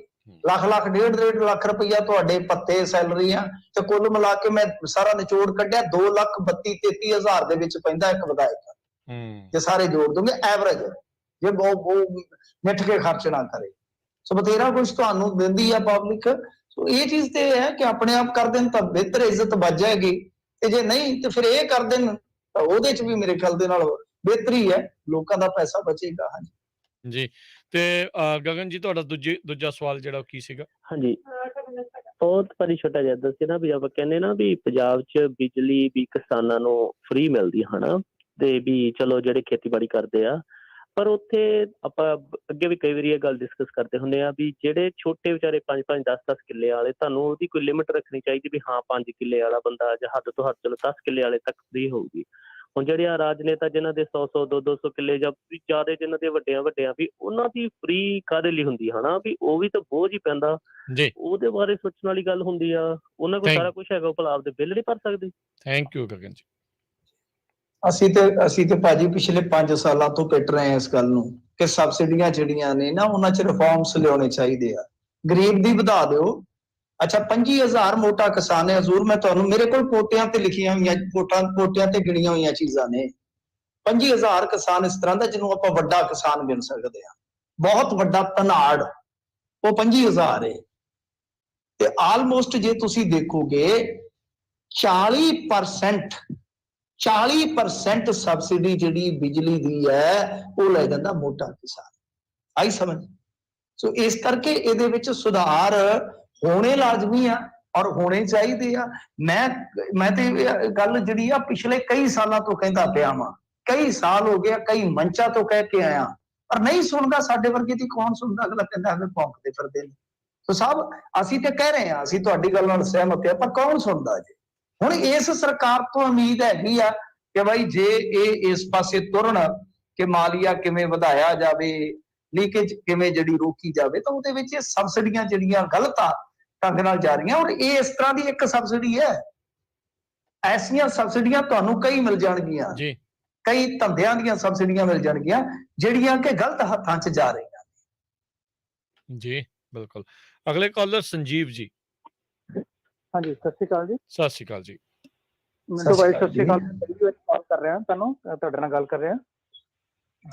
ਮੇਰਾ ਕੁਐਸਚਨ ਸੀਗਾ ਵੀ ਪੰਜਾਬ ਦੇ ਵਿੱਚ ਆਮ ਆਦਮੀ ਪਾਰਟੀ ਬਣੀ ਹੈਗੀ ਹੈ, ਤੇ ਸੈਂਟਰ ਗਵਰਨਮੈਂਟ ਜਿਹੜੀ ਹੈਗੀ ਹੈ ਕੀ ਕਹਿੰਦੇ ਕੈਪਟਨ ਅਮਰਿੰਦਰ ਸਿੰਘ ਨੂੰ ਅਗਰ ਗਵਰਨਰ ਬਣਾ ਦਿੰਦੀ ਹੈਗੀ ਹੈ ਤਾਂ ਕਿੰਨਾ ਕੁ ਮਾੜਾ ਹੋਏਗਾ ਜੀ? ਮਤਲਬ ਕਿ ਪੰਜਾਬ ਦੇ ਗਵਰਨਰ ਬਣਾ ਦਿੰਦੀ? ਹਾਂਜੀ ਨਹੀਂ ਦੇਖੋ, ਕੋਈ ਗਵਰਨਰ ਦਾ ਇੱਥੇ ਇੰਨਾ ਨਹੀਂ ਹੈਗਾ ਕਿ ਕਿਉਂਕਿ ਇਹਨਾਂ ਨੂੰ ਪੈਂਦੀ ਸੱਟੇ ਨਾ 2-3 ਸੁਪਰੀਮ ਕੋਰਟ ਚੋਂ ਝਟਕੇ ਲੱਗ ਗਏ ਸਨ। ਹੁਣ ਇੰਨੀ ਉਹ ਕਰਦੇ ਨਹੀਂ ਹੈ, ਜੋੜ ਤੋੜ ਸਰਕਾਰਾਂ ਦਾ ਕਰ ਲੈਂਦੇ ਆ, ਪਰ ਗਵਰਨਰ ਦੇ ਥਰੂ ਧੱਕਾ ਕਰਦੇ ਨਹੀਂ ਹੈ। ਕਿਉਂਕਿ ਅੱਜ ਕੱਲ ਤੁਹਾਨੂੰ ਪਤਾ ਹੈ ਕਿ ਇੱਕ ਹੋਰ ਲੱਗੀ ਹੋਈ ਆ ਆਪਣੇ ਆਪ ਨੂੰ ਬਹੁਤ ਵੱਡਾ, ਦੁਨੀਆ ਦੇ ਵਿੱਚ ਬਹੁਤ ਵੱਡਾ ਵਿਖਾਉਣ ਦੀ। ਤਾਂ ਮਸਲਾ ਕੀ ਹੁੰਦਾ ਹੈ ਕਿ ਫਿਰ ਉਹ ਬਦਨਾਮੀ ਬਹੁਤ ਹਾਈ ਸਕੇਲ ਤੇ ਚਲੇ ਜਾਂਦੀ ਹੈ। ਸੋ ਗਵਰਨਰ ਕਰਦੇ ਤਾਂ ਹੈ, ਕਰਦੇ ਤਾਂ ਹੈਗੇ ਆ, ਜਿਵੇਂ ਮੰਨ ਲਓ ਇਹਨਾਂ ਨੇ ਬਿੱਲ ਫੜਾਏ ਤੇ ਉਹਨਾਂ ਨੇ ਗਾਹ ਨਹੀਂ ਸੀ ਭੇਜੇ, ਐਸੀਆਂ ਚੀਜ਼ਾਂ ਹੁੰਦੀਆਂ, ਪਰ ਐਡੀ ਵੱਡੀ ਮੈਜੋਰਟੀ ਲੈ ਕੇ ਆਈ ਸਰਕਾਰ ਦਾ ਕੀ ਵਿਗਾੜ ਲੈਣਗੇ ਤੁਸੀਂ? ਵਰਨਾ ਅਮਰਿੰਦਰ ਸਿੰਘ ਛੱਡ ਕੇ ਅਡਵਾਨੀ ਨੂੰ ਲਾ ਦੇਣ, ਕੀ ਕਰ ਲਏਗਾ? ਹਾਂ ਇਹ ਆ ਕਿ ਬਿੱਲ ਬੁੱਲ ਵਗੈਰਾ ਜਿਹੜੇ ਆ ਮੰਨ ਲਓ ਜ਼ਰੂਰੀ, ਉਹ ਚੀਜ਼ਾਂ ਤੇ ਹੋ ਸਕਦਾ ਕਿ ਜਿੰਨਾ ਕੋ ਅਧਿਕਾਰ ਖੇਤਰ ਹੈਗਾ ਗਵਰਨਰ ਦਾ, ਹੁਣ ਸਰਕਾਰ ਤੇ ਡਿੱਗਣੋਂ ਰਿਹਾ ਨਾ, ਸਰਕਾਰ ਤੇ ਬਰਖਾਸਤ ਕਰਨੋਂ ਰਿਹਾ। ਸਰਕਾਰ ਬਰਖਾਸਤ ਕਰਨ ਤੋਂ ਡਰਦੇ ਨੇ ਕਿ ਸਰਕਾਰ ਬਰਖਾਸਤ ਤੋਂ ਕਲੰਕ ਲੱਗ ਜਾਂਦਾ ਬੰਦੇ। ਸੋ ਇਸ ਕਰਕੇ ਮੇਰਾ ਨਹੀਂ ਮੰਨਣਾ ਕਿ ਗਵਰਨਰ ਦਾ ਕੋਈ ਰੋਲ ਰਹੇਗਾ। ਔਰ ਜਿਹੜਾ ਗਵਰਨਰ ਸਾਡੇ ਕੋਲ ਹੈ ਨਾ ਇਸ ਟਾਈਮ ਪੰਜਾਬ ਦੇ ਵਿੱਚ, ਸਾਰੇ ਇਹਨਾਂ ਦੀ ਹਿਸਟਰੀ ਪਤਾ ਕਰ ਲਿਓ, ਇਹ ਇਹਨਾਂ ਦੇ ਸਭ ਤੋਂ ਧੱਕੜ ਗਵਰਨਰਾਂ ਚੋਂ ਇੱਕ ਹੈ। ਜੀ ਜੀ ਜੀ। ਅਗਲੇ ਕਾਲਰ ਜੋਗਾ ਸਿੰਘ ਜੀ। ਹਾਂਜੀ ਸਤਿ ਸ਼੍ਰੀ ਅਕਾਲ ਜੀ। ਸਤਿ ਸ਼੍ਰੀ ਅਕਾਲ। ਮੇਰਾ ਪਹਿਲਾ ਸਵਾਲ ਹੈ ਵੀ ਜਿਹੜੇ ਕਾਂਗਰਸ ਤੇ ਅਕਾਲੀ ਪਹਿਲਾਂ ਵੀ ਇਕੱਠੇ ਦੀ ਮੁੱਠ ਖੂਨ ਇਹਦੀ ਮੁੱਠੀ ਖਿੜੀ ਹੈ, ਇਹ ਜਿਹੜਾ ਰਾਜ ਸਭਾ ਪੰਜਵੇਂ ਮੈਂਬਰ ਹੈ ਜੀ ਇਕੱਠੇ ਹੋ ਕੇ ਉਹਦੇ ਤੇ ਸਟੈਂਡ ਤਾਂ ਨਹੀਂ ਖੜਾ ਕਰਨਗੇ ਜੀ? ਇੱਕ ਹੈ ਜੀ ਵੀ ਜਿਹੜੇ ਪੰਜਾਬ ਦੇ ਰਾਜ ਆਪਣੇ MLA ਹੈਗੇ ਆ। ਸਰ ਮੈਨੂੰ ਮਾੜਾ ਜਿਹਾ ਪਲੀਜ਼ ਦੱਸ ਦਿਓ ਜੀ, ਮੈਂ ਉਹਦੇ ਇੱਕ ਗੱਲ ਦਾ ਜਵਾਬ ਦੇ ਦੇਵਾਂ ਪਲੀਜ਼ ਮਾੜਾ ਜਿਹਾ। ਜੋਗਾ ਸਿੰਘ ਜੀ ਸਰ ਮੇਰੀ ਰਿਕੁਐਸਟ ਹੈ, ਬੇਨਤੀ ਹੈ ਵੀ ਜਿਹੜੇ ਅਕਾਲੀ ਤੇ ਕਾਂਗਰਸੀ ਰਾਜ ਸਭਾ ਦੇ ਮੈਂਬਰ ਖੜਾ ਕਰ ਸਕਦੇ ਜੀ? ਇਹ ਪਹਿਲੇ ਇੱਕ ਤਾਂ ਸਵਾਲ ਇਹ ਹੈ ਜੀ। ਇਹਨਾਂ ਦਾ ਨਹੀਂ ਬਣੇਗਾ। ਅਕਾਲੀ ਤੇ ਕਾਂਗਰਸੀ ਇਕੱਠੇ ਕਦੇ ਹੋ ਹੀ ਨਹੀਂ ਸਕਦੇ ਸਰ, ਕਦੇ ਹੋ ਨਹੀਂ ਸਕਦਾ। ਤੇ ਦੂਜੀ ਗੱਲ ਇਹ ਹੈ ਕਿ ਜੇ ਹੋਣਗੇ ਤਾਂ ਬਹੁਤ ਅੱਗੇ ਨਾਲ ਵੀ ਨੁਕਸਾਨੇ ਜਾਣਗੇ। ਤਾਂ ਮੇਰੇ ਖਿਆਲ ਦੇ ਨਾਲ ਜਿਹੜਾ ਵੀ ਕੋਈ ਮੈਂਬਰ ਬਣੇਗਾ ਰਾਜ ਸਭਾ ਦੇ ਵਿੱਚ, ਪੈਂਦੀ ਸੱਟੇ ਤੇ ਜਿਹੜੀ ਪੰਜਾਂ ਦੀ ਚੋਣ ਆ ਇਹ ਪੱਕੀ ਆ ਲਗਭਗ। ਇਹ ਸਾਰੇ ਦੇ ਸਾਰੇ ਜਿਹੜੇ ਆ ਉਹ ਆਮ ਆਦਮੀ ਪਾਰਟੀ ਦੇ ਜਾਓ। ਅੱਛਾ ਦੂਜੀ ਮੇਰੀ ਹੈ ਜੀ ਇਹੀ ਗੱਲ ਕਿ ਵੀ ਜੇ ਕਾਨੂੰਨੀ ਤੌਰ ਤੇ ਜਿਹੜੇ MLA ਉਹਨਾਂ ਦੇ ਵੋਟਾਂ ਦੇ ਨਾਲ ਹੀ ਰਾਜ ਸਭਾ ਮੈਂਬਰ ਚੁਣਿਆ ਜਾਂਦਾ, ਆਇਆ ਕਹਿੰਦਾ ਕੋਈ ਦਿੱਲੀ ਆ ਤਾਂ ਪੁੱਛਣਗੇ ਜੀ ਤਾਂ ਪੰਜਾਂ ਦੇ ਵਿੱਚ ਵੀ ਇੱਕ ਦੋ ਬੰਦੇ ਦਿੱਲੀ ਵਾਲੇ ਆਪੇ ਲੈ ਕੇ ਤੇ ਰਾਜ ਸਭਾ ਮੈਂਬਰ ਬਣਾ ਦੇਣਗੇ ਪੰਜਾਬ ਚੋਂ। ਇਦਾਂ ਦੀ ਸੰਭਾਵਨਾ ਤਾਂ ਨਹੀਂ ਹੈਗੀ ਜੀ? ਇਹੀ ਗੱਲ ਬਸ, ਮਿਹਰਬਾਨੀ। ਚਲੋ ਦੇਖਦੇ ਆ ਸਰ, ਦੇਖਦੇ ਆ। ਹਾਲੇ ਨੋਮੀਨੇਸ਼ਨ ਚ ਆ ਜਦੋਂ ਆਪਾਂ ਵੀਕਐਂਡ ਖਤਮ ਕਰਾਂਗੇ ਤਾਂ ਉਸ ਤੋਂ ਬਾਅਦ ਨੋਮੀਨੇਸ਼ਨ ਹੋ ਜਾਏਗੀ। ਆਪਾਂ ਵੇਟ ਕਰ ਲਈਏ। ਕੁਝ ਗੱਲਾਂ ਐਸੀਆਂ ਹੁੰਦੀਆਂ ਸਰ ਕਿ ਆਪਾਂ ਐਵੇਂ ਕਰੀਏ ਉਹ ਕੱਲ ਨੂੰ ਉਲਟ ਹੋਵੇ, ਫਿਰ ਮੇਰੇ ਗੱਲ ਚ ਗਲਾਵਾ ਪਾ ਲੈਣਗੇ ਕਿ ਤੂੰ ਕਿਵੇਂ ਕਿਹਾ ਸੀ ਉੱਥੇ ਹੋਏ।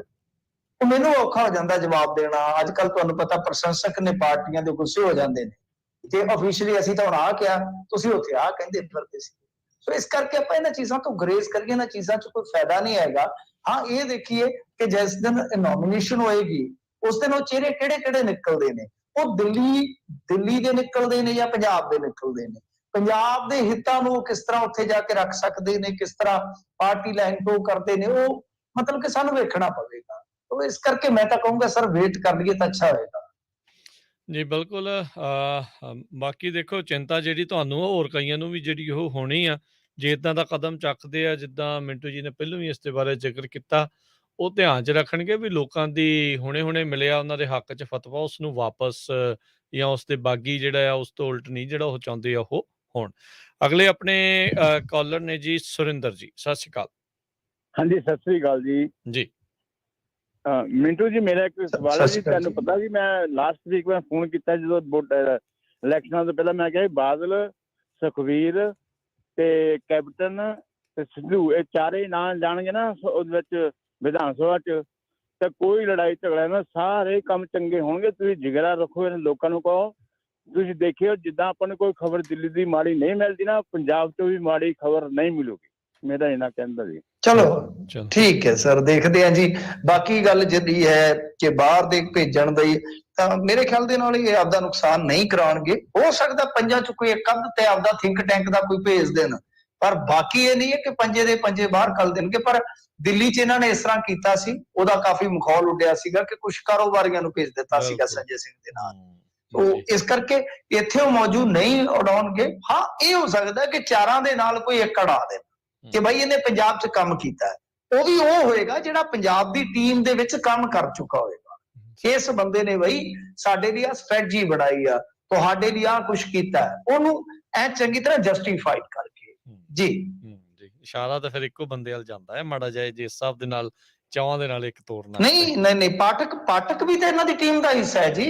ਕੁਝ ਲੋਕ ਹੁੰਦੇ ਜਿਹੜੇ ਪਰਦੇ ਦੇ, ਮੈਂ ਇਹਨਾਂ ਦੇ ਥਿੰਕ ਟੈਂਕ ਦੇ ਐਸੇ ਬੰਦਿਆਂ ਨੂੰ ਜਾਣਦਾ ਜਿਨ੍ਹਾਂ ਨੂੰ ਤੁਸੀਂ ਕਦੇ ਸੁਣਿਆ ਨਹੀਂ ਹੋਣਾ, ਉਹਨਾਂ ਦਾ ਨਾਂ ਹੀ ਨਹੀਂ ਸੁਣਿਆ ਹੋਏਗਾ। ਸਹੀ ਗੱਲ। ਸੋ ਇਸ ਕਰਕੇ ਇੱਕ ਟੀਮ ਹੁੰਦੀ ਹੈ ਪਰਦੇ ਦੇ ਅਗਲੇ ਪਾਸੇ, ਇੱਕ ਟੀਮ ਹੁੰਦੀ ਹੈ ਪਰਦੇ ਦੇ ਪਿੱਛੇ।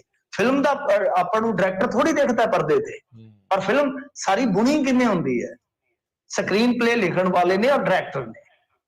ਤੇ ਇਸ ਕਰਕੇ ਉਹ ਕੁਝ ਲੋਕ ਪਿੱਛੇ ਹੁੰਦੇ ਆ, ਹੋ ਸਕਦਾ ਉਹਨਾਂ ਨੂੰ ਲੋੜ ਪਏ ਤਾਂ ਅੱਗੇ ਵੀ ਲੈ ਆਂਦਾ ਜਾਵੇ। ਇਸ ਕਰਕੇ ਆਪਾਂ ਨੂੰ ਵੇਟ ਕਰਨਾ ਚਾਹੀਦਾ ਹੈ। तमाम ਸੰਭਾਵਨਾਵਾਂ ਹੈਗੀਆਂ, ਹੋ ਸਕਦਾ ਨਾ ਹੋ ਸਕਦਾ ਭੇਜਣ ਵੀ, ਪਰ ਉਹ ਉਦੋਂ ਹੀ ਆਪਾਂ ਅੱਗੇ ਲਿਜਾ ਸਕਦੇ ਹਾਂ ਬਹਿਸ ਦੇ ਰੂਪ ਦੇ ਵਿੱਚ ਜਦੋਂ ਅਮਲ ਚ ਆ ਜਾਣ।